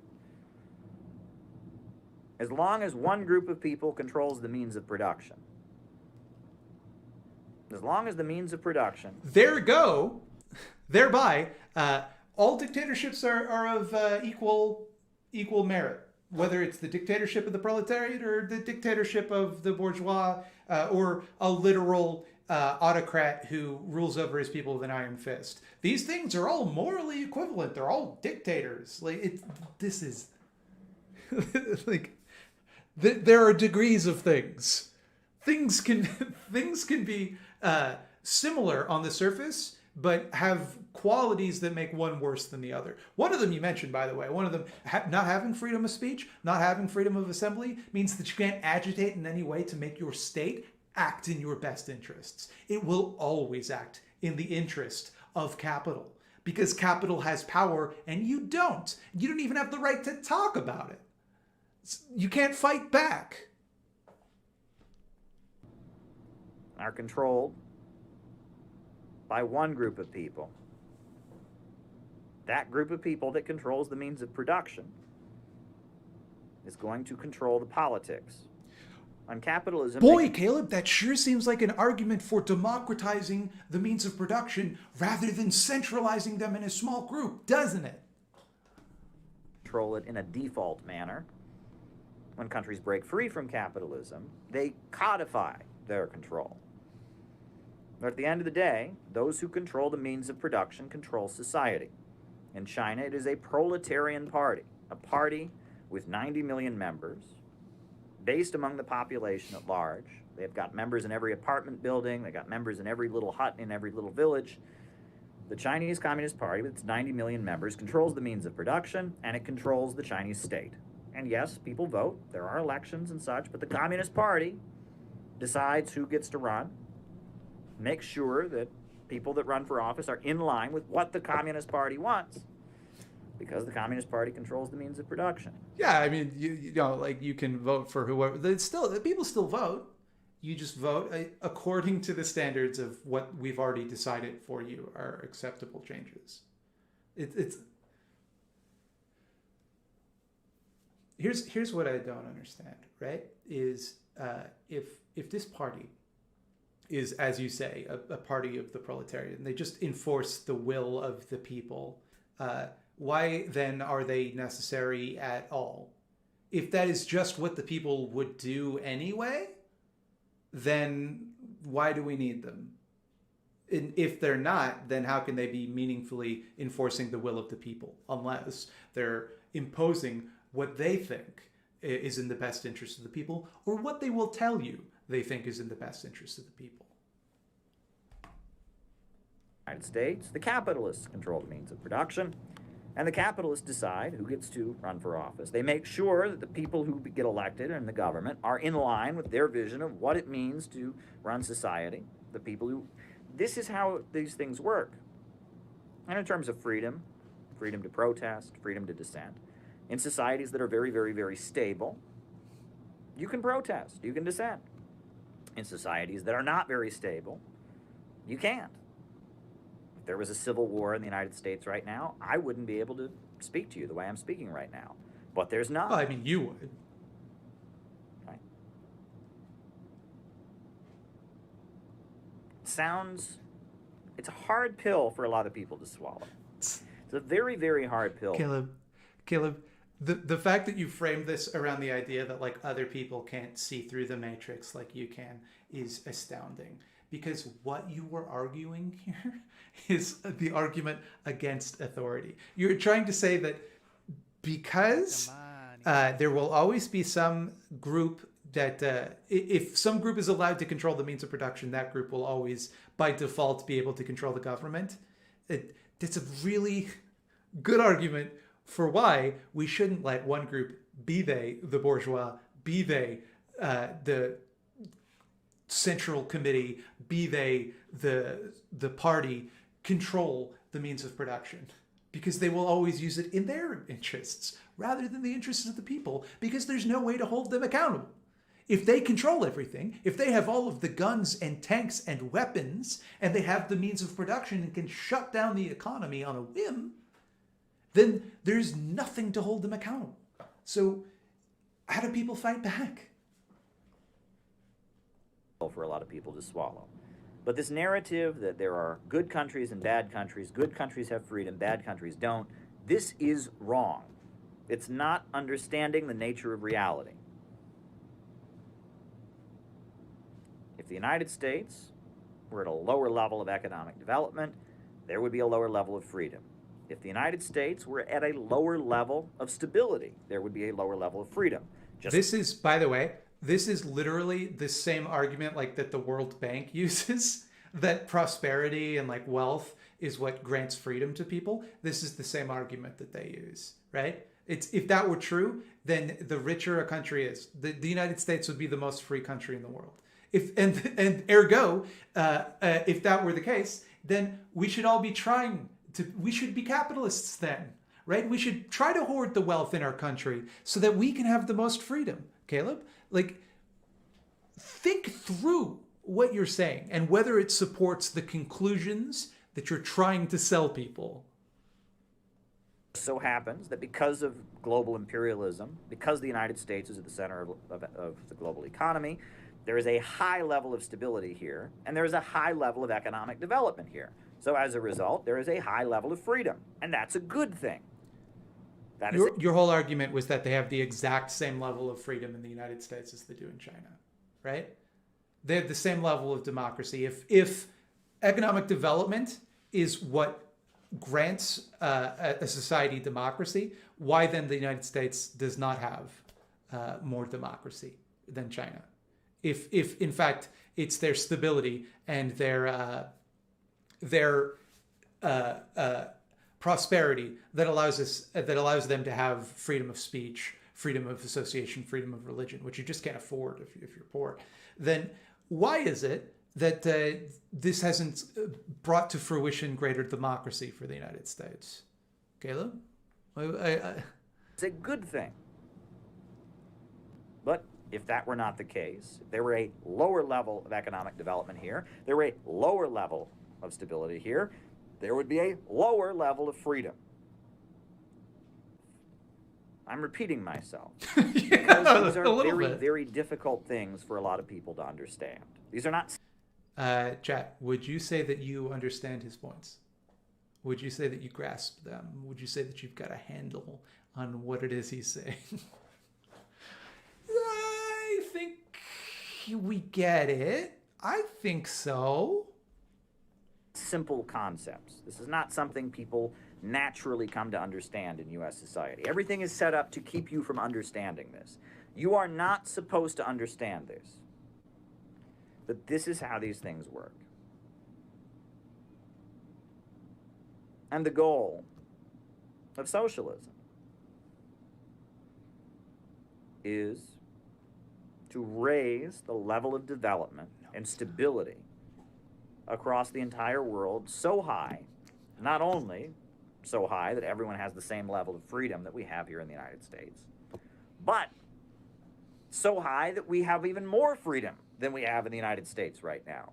The goal of socialism and communism is to raise the level of abundance, raise the level of stability in society so high that the need for a government, the need for a state withers away. Again, it's just magical thinking. Why would they wither away? If simply because they are not needed, they would just decide, oh, okay, well, we're done. We did it. Later. If you take away people's ability to dismantle their government, which you have to do if you want to centrally plan if you want everybody to go along with the plan, some people aren't going to. You have to take away their ability to do that, right? You have to say, no, you do what we say, or there's consequences, right? You take away people's ability to fight back. Why then are they going to demand that their government dissolve when it's no longer needed? Like, what? Do you think that you're the king of communism land, but you've finally done it? You've achieved prosperity. Every citizen has a full belly, a plasma TV. They've got infinite T-shirts. Everyone has sex robots that do all of the weird stuff they like. They've all got like pudding dispensers. Like, just as we have a sink that gives us water, they have pudding dispensers. I could go on. They have everything they could possibly need. But you live in the palace, and you get to tell everybody else what to do. And if they don't do what you say, you get to shoot them because you control all of the guns. What incentivizes you to give up that power? Why would you just decide, no, I don't want it. You know what? It got old. It got old, you know? That is the goal. But that cannot happen when the means of production, the major centers of economic power, the banks, factories, and industries, are operated simply to make a profit for those who own them. In order to establish the level of economic development that can facilitate more freedom than any of us can ever imagine, you must have a centrally planned economy. The thing is, just because they have the ability to produce that abundance doesn't mean they will. Because if the problem right now is all of these things are set up to create a profit for the people that control them right now. So we give them to someone else and we say, hey, you're not accountable to me in any way, but what I don't want you to do, don't use these things to make a profit for yourself, and just trust that they'll go, okie dokie, sure. You know what? Yeah, when you put it that way, person who has absolutely no ability to control what I do with these things, I'll use them for you. Why would I use them for me? Just because I have complete control of how they're used and what they do. The means of production must operate rationally. Last live, I talked to you all about the fact that under capitalism, people are homeless because there are too many houses. Under capitalism, people are hungry because there is too much food. That capitalism is a highly irrational system. Capitalism is a system that creates poverty amid abundance. Capitalism is a system that, as technology advances, the result is greater poverty because people lose their jobs and are replaced by machines. Capitalism is a system.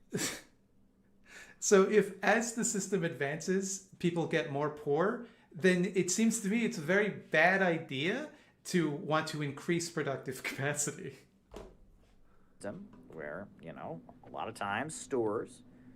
Unless you just trust that, but you change the flag color so that now it's not capitalism, now it's communism. We're under communism now. And instead of those mean old capitalists controlling the means of production, now it's the state that controls it. So it's all good. Now, when they produce that abundance, what they're going to do with that, of course, is distribute it to everyone.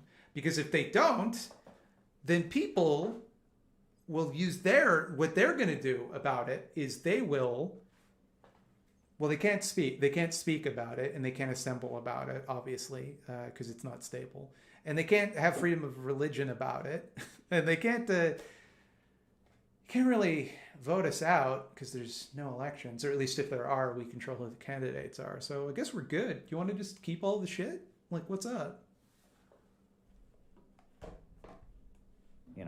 Will dump their food out at the end of the night and pour motor oil on it because they don't want some homeless person to eat it out of the garbage.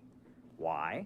Because they didn't produce that food so people could eat it. They produced that food so it could be sold. Production for profit, not production for social use. This is capitalism. Right?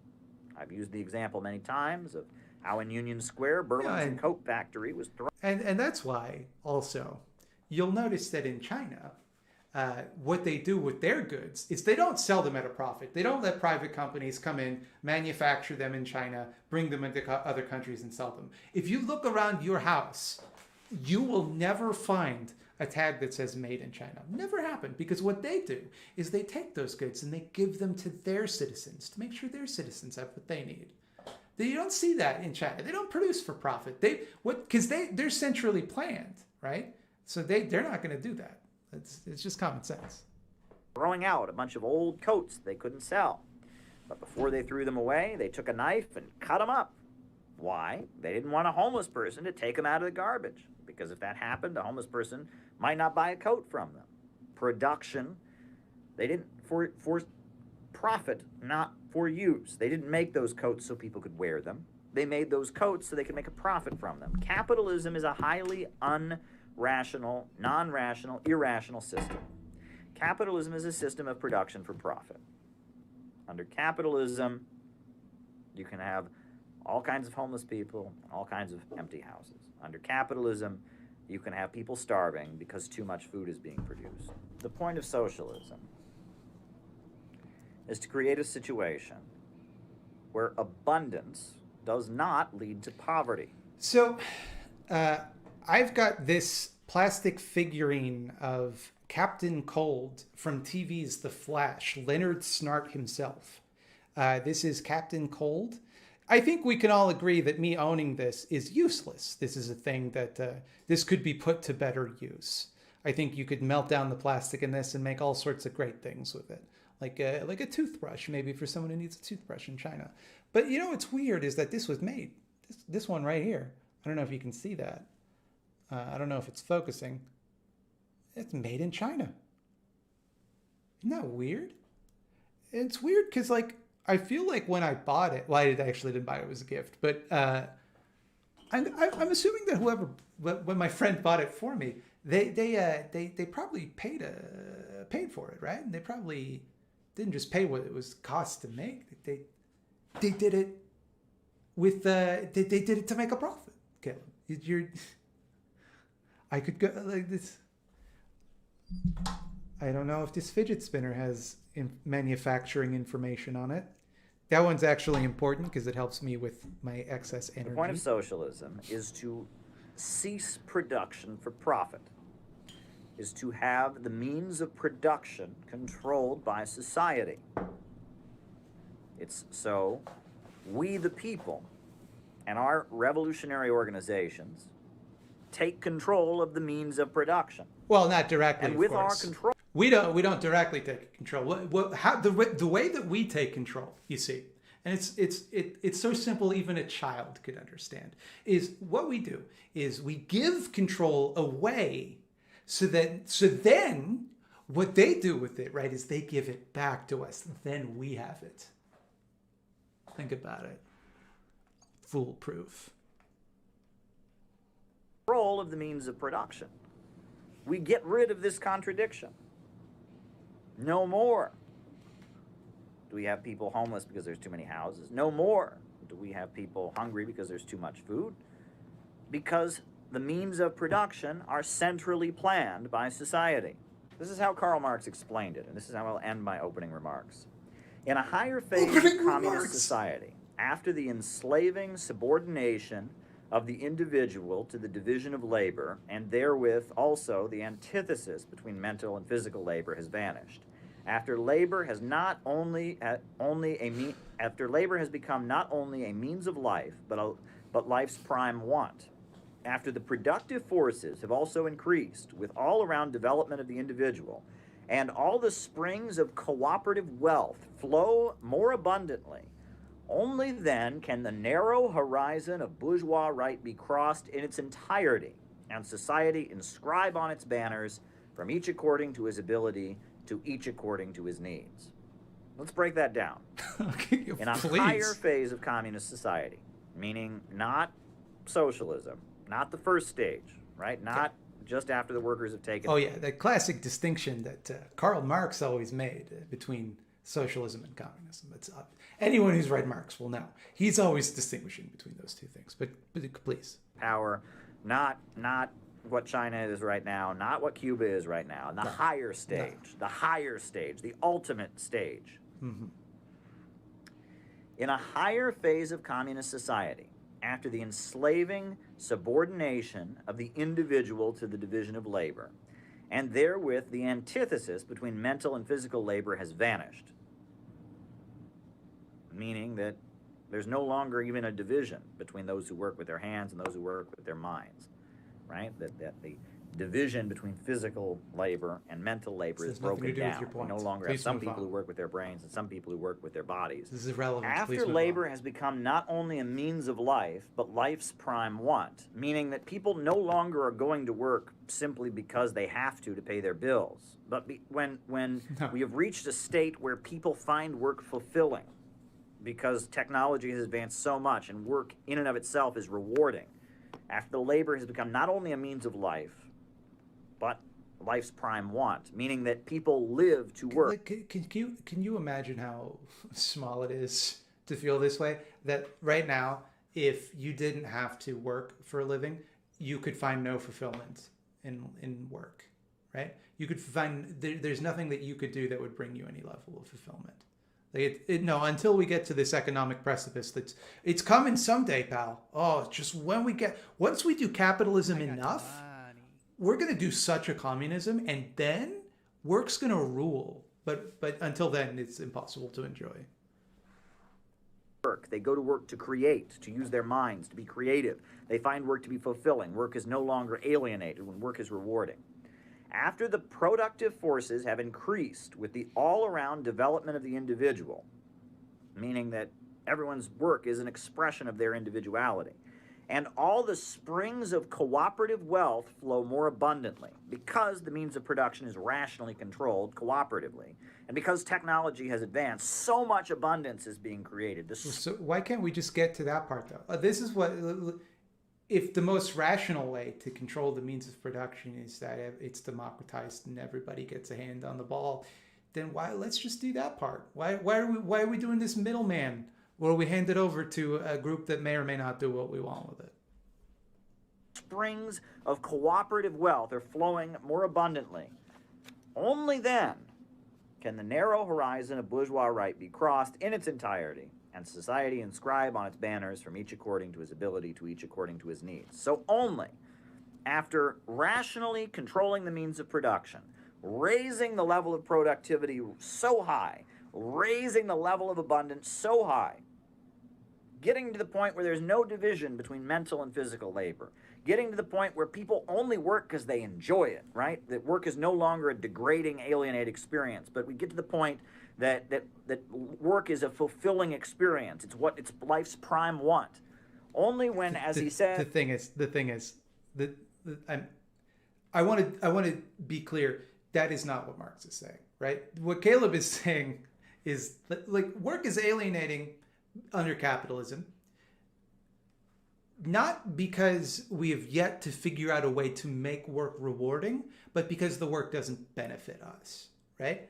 When we work, it goes to someone else's paycheck. Like when I make this video, the ad money that I get from it, most of that goes to YouTube, right? When you go to your job in the morning, your boss makes more than you do. The person that owns the company is extracting surplus value from you. That is what makes it alienating, is that the majority of your labor goes towards people that you don't give a shit about, people that you don't know, people that it doesn't benefit you. It's something that you have to do to survive, not something you want to do. It isn't that we simply can't imagine a world where, free from that restriction, people could enjoy work. It isn't that all work is drudgery and no one could possibly enjoy it. As the productive forces have increased the all-around development of the individual, and the springs of cooperative wealth flow more abundantly, only then can the narrow horizon of bourgeois right be crossed in its entirety, and society ascribe on its banners, from each according to his ability, to each according to his needs. That is the goal. The goal is to reach a level of material abundance in which everyone has total freedom. Not just freedom of speech, not just freedom of assembly, but freedom to do whatever they want. People work because they feel like working, because it gives them fulfillment. There's no need for a government. There's no need for a prison. People do what they want to do. People take what they need, right? That is the ultimate goal. The goal of communism is total freedom, a level of freedom beyond anything any of us can imagine. That is the goal of communism. The only way to get there is, for a little while, we have to take those freedoms away. The freedom we have now, just like the freedoms that have existed before, freedom is rooted in economics. You cannot separate political forms from economic forms. Freedom is not eternal, just like the family is not eternal. Nothing in the universe is eternal. Everything is in a state of constant flux. And the goal is to build a society with so much freedom and so much abundance and so much prosperity that all of us can live a life beyond anything we can imagine. Only 30 seconds left. We can do this. Prosperity, abundance, liberty, and happiness. That is how Marxists and socialists understand the concepts of human rights, of liberty, democracy, equality, etc. And this is the conversation that you need to have. This is what you need to understand if you want to engage in our world, where the illusion and the values of liberals are being passed off as the truth. Okay. So, just nowhere in this argument did he approach a cohesive point. He just waffled back and forth, repeated the same few things over and over. It was embarrassing. The idea that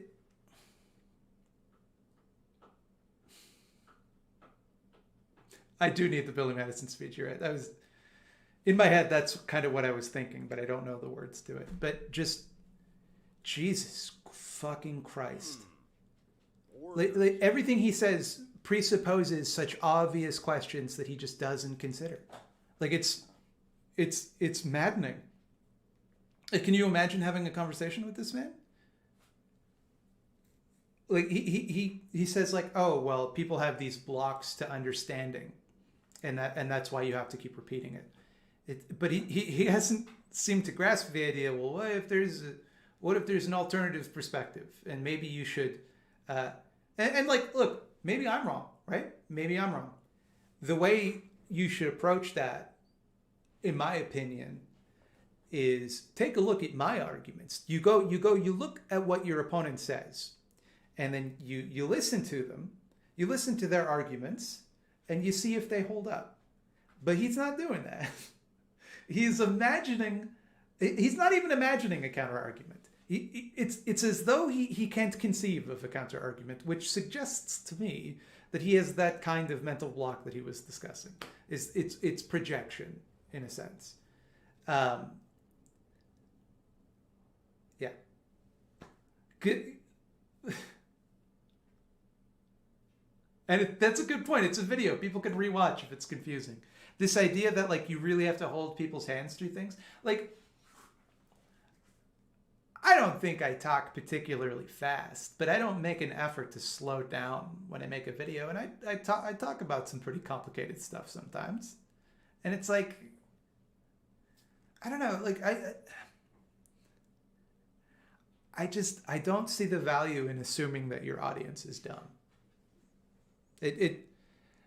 Maybe it's that like there's a certain type of person that responds to someone speaking down to them and attributes intelligence to that person. They go, oh, well, they're speaking to me like I'm stupid, so they must be smart. You know, maybe there's some people that are like damaged in that way. But it's infuriating. It's infuriating because everything he's saying is so obviously fucked up and wrong. Like, all you'd have to say to him is like, well, what stops the state from doing something we don't want it to do? Which is, in fact, the only purpose of a state. If a state only ever did what people wanted it to do, then you wouldn't need it. Because people would just do that thing anyway. The purpose of a state is to go against the wishes of the people. What gives anyone the right to do that?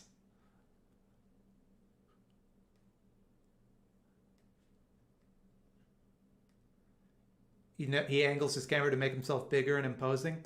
I have to think that he's given no thought to where he places his camera. I have to think that he just doesn't know any better.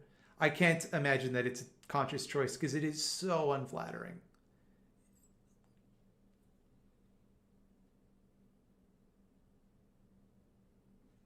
This whole thing also about like things being eternal is such a nothing of a point. Because like the Nintendo Switch is not eternal. They didn't have them before 2016. I still like to play video games on it. It doesn't matter to me in the moment whether or not that is something that I will enjoy forever, whether or not that is something people have always enjoyed. So even if we were to accept his ridiculous premise that nobody had ever thought of human rights before the 1400s, which is self-evidently nonsense. Hold on, I lost my train of thought. I'm so worked up. I'm so mad. I'm malding like hell. If we were to accept his premise, what would happen if let's work backwards. What would happen? Just cheering since you're my favorite slimester and you've opened my eyes to so many things. Closing square bracket. Let's close your brackets, folks. If we were to accept his ridiculous premise on its face, even though it's self-evidently wrong, if nobody ever until this very second, if I just now was like, wait a minute, wait, I just thought of something. What if women are equals? You know, I just thought of this, and then all of the women watching were like, I presume there are some women watching. They're like, hey, you know what? We are equal. And then we went to the government and we said, hey, what's the deal? Women are equal. And they're like, oh, fuck, we didn't know. No one ever thought of that before. Okay, well, let's come here, women. We're going to give you some rights. We're going to let you vote and drive cars and do everything. We didn't think of it before. Sorry. It's still the right thing to do. It doesn't matter. It doesn't matter if nobody thought of it before. It's irrelevant.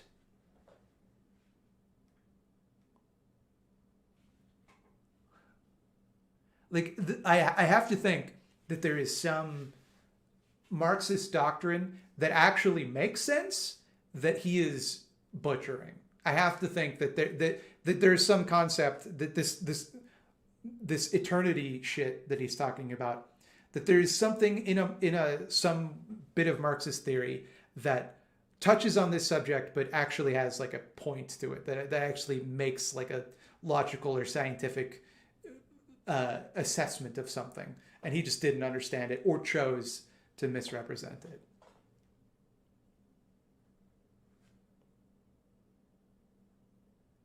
Genuinely forgot this video is supposed to be about human rights. Yeah.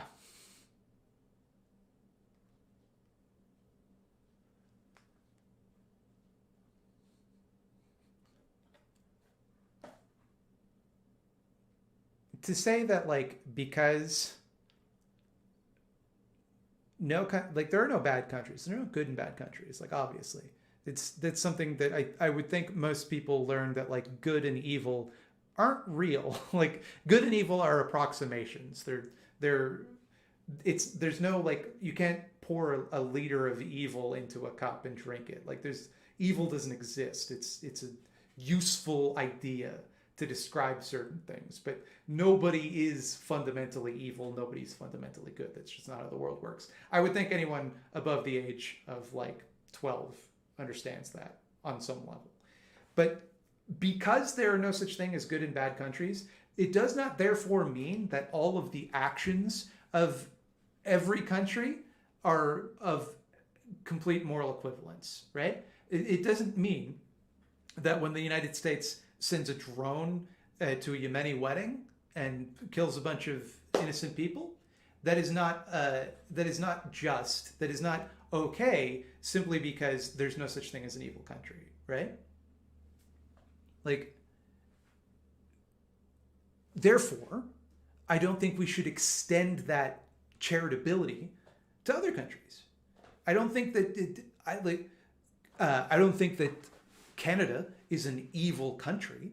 I don't think that every Canadian is walking around Snidely Whiplash style, like, I can't wait to get them, you know. Doesn't make it okay that our treatment of Indigenous people, it doesn't make it okay, you know. Just because there's no such thing as an evil country doesn't mean that a country, the state of a country, the government of a country can't do something that we would consider to be evil.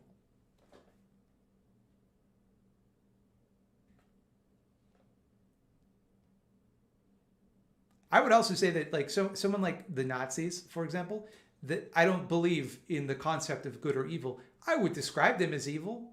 I would say they are evil. Do I think that this is a fact? Do I think that you can crunch the numbers and go, oh yeah, no, they're right there, that's evil? No, it's inherently a subjective analysis. But I think that they made more evil decisions than good decisions.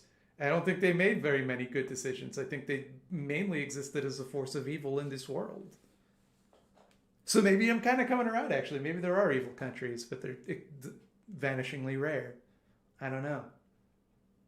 There are definitely evil regimes, I suppose. There are people who use power in evil ways, I suppose. Anyway.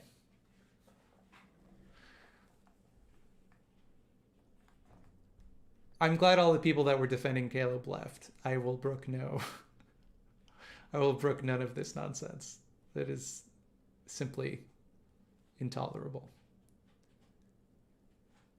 Let's read some of your lovely messages. Oh, Chelsea rated. I didn't even notice. What a dick I am. Freedom was invented on May 5th when the Freedom Gundam was first built. So someone asked while I was watching what material my robe is made of. I said wool. I don't think that's the case. Let's see. 60% cotton, 30% nylon, 10% wool. So it's not vegan, but this sweater was a gift from my family in Newfoundland, who every time I try to explain to them what is and is not vegan, they look at me like I'm speaking Latin. Like, well, you can have milk chocolate, right? I'm like, nah, it has milk in it. They're like, you can't have milk? I'm like, no, this milk comes from cows. I'm like, well, how was I supposed to know? It's like, well, it's just nothing from an animal, right? So you know milk is from an animal. So that's how you would know. And they'll go, oh, okay, yeah, no, when you put it like that, okay, yeah. And then they're like, but you can have like hot chocolate with milk in it, right? And I'm like, no, see, again, it's the same issue. It's the milk on that one. The milk done did it. So I've long ago given up trying to explain to them what is and is not vegan. And they give me a gift. I'm not going to just be a shithead to them. It's a nice sweater. It's comfortable. I hope that the sheep who gave its wool to this, I assume it was a sheep. It could have been like an alpaca or something. I hope that they are resting comfortably in sheep or alpaca heaven. I'm not going to feel bad about the fact that a gift that was given to me is the product of animal exploitation. I choose to honor it.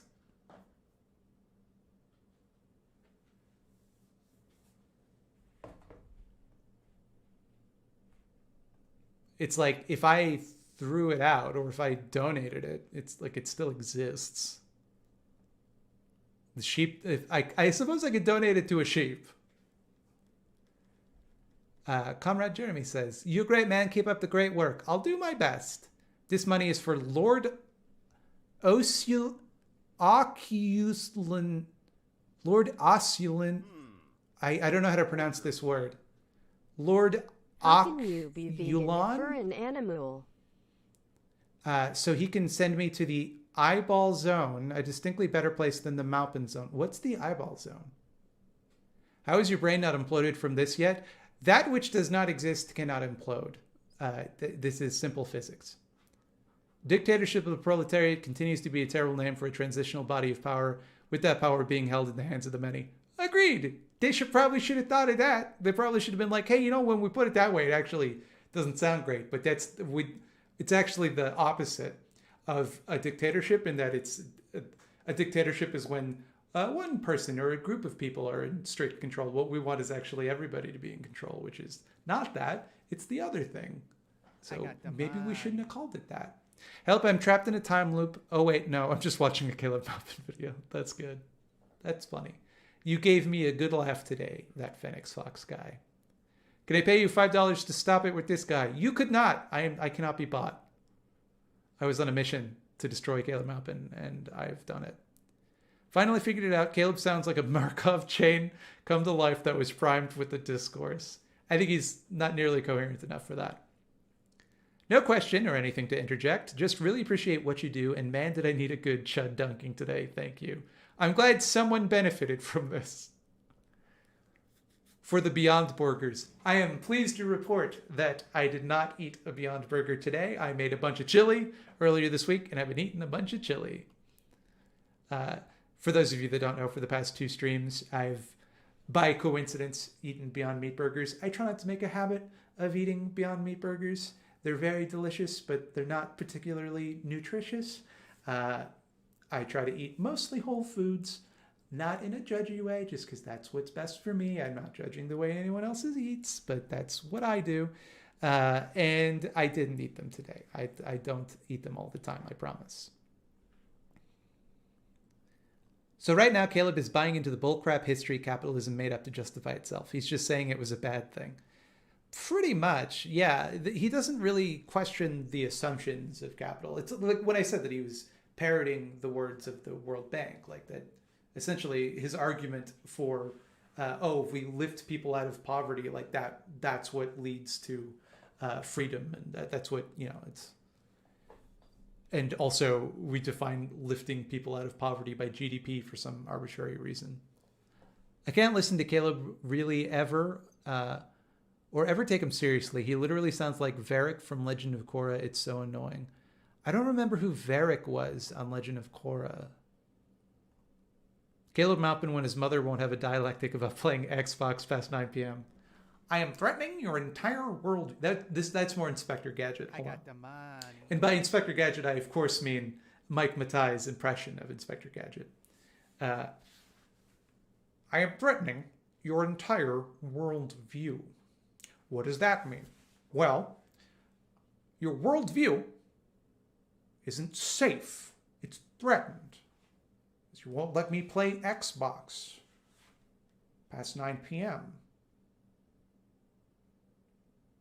Your worldview is threatened. Folks, you got to threaten people's worldview. That's how he would say it.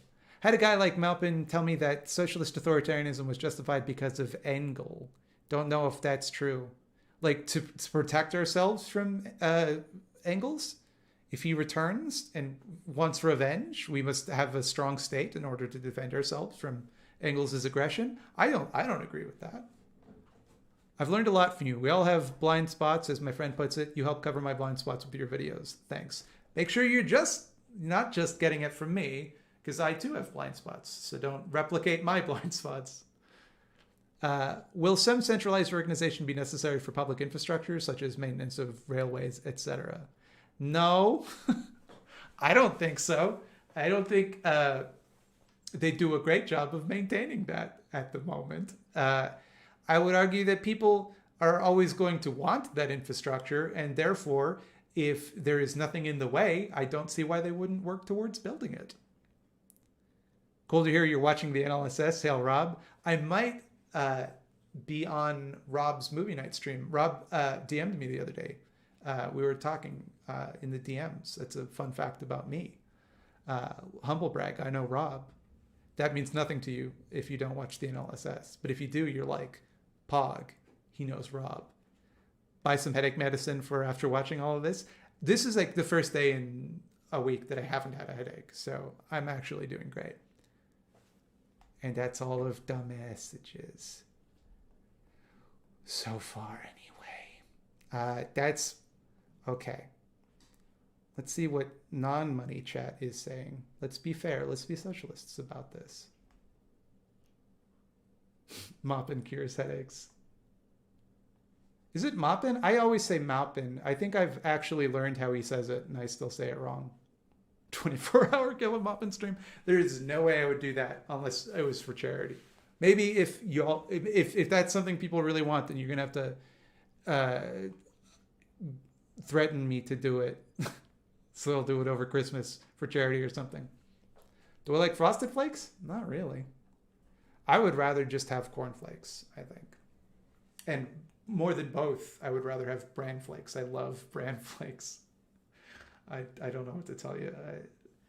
I shouldn't, because that's a gross thing to like, but I love them. I could eat bran flakes all day. In fact, I won't buy them, because if I have them in the house, I'll just eat a bunch of... Don't like Raisin Bran. Hate raisins. Love bran flakes. My wife gets really upset that I like bran flakes so much. Not because I love bran flakes more than her, just because she wishes that I would like a better cereal. All right, I have a lot of editing to do, and I've been streaming longer than I should have been. So I'm going to leave. This has been very cathartic. I can never pronounce this word. Cathartic for me. I've let it out. I've achieved catharsis.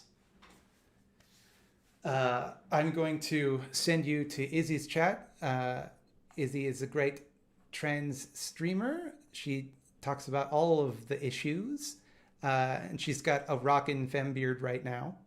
And I don't need to tell you to just all say, Burger King, right? You know to say, Burger King when you get there. I trust I don't need to tell people that. But just in case,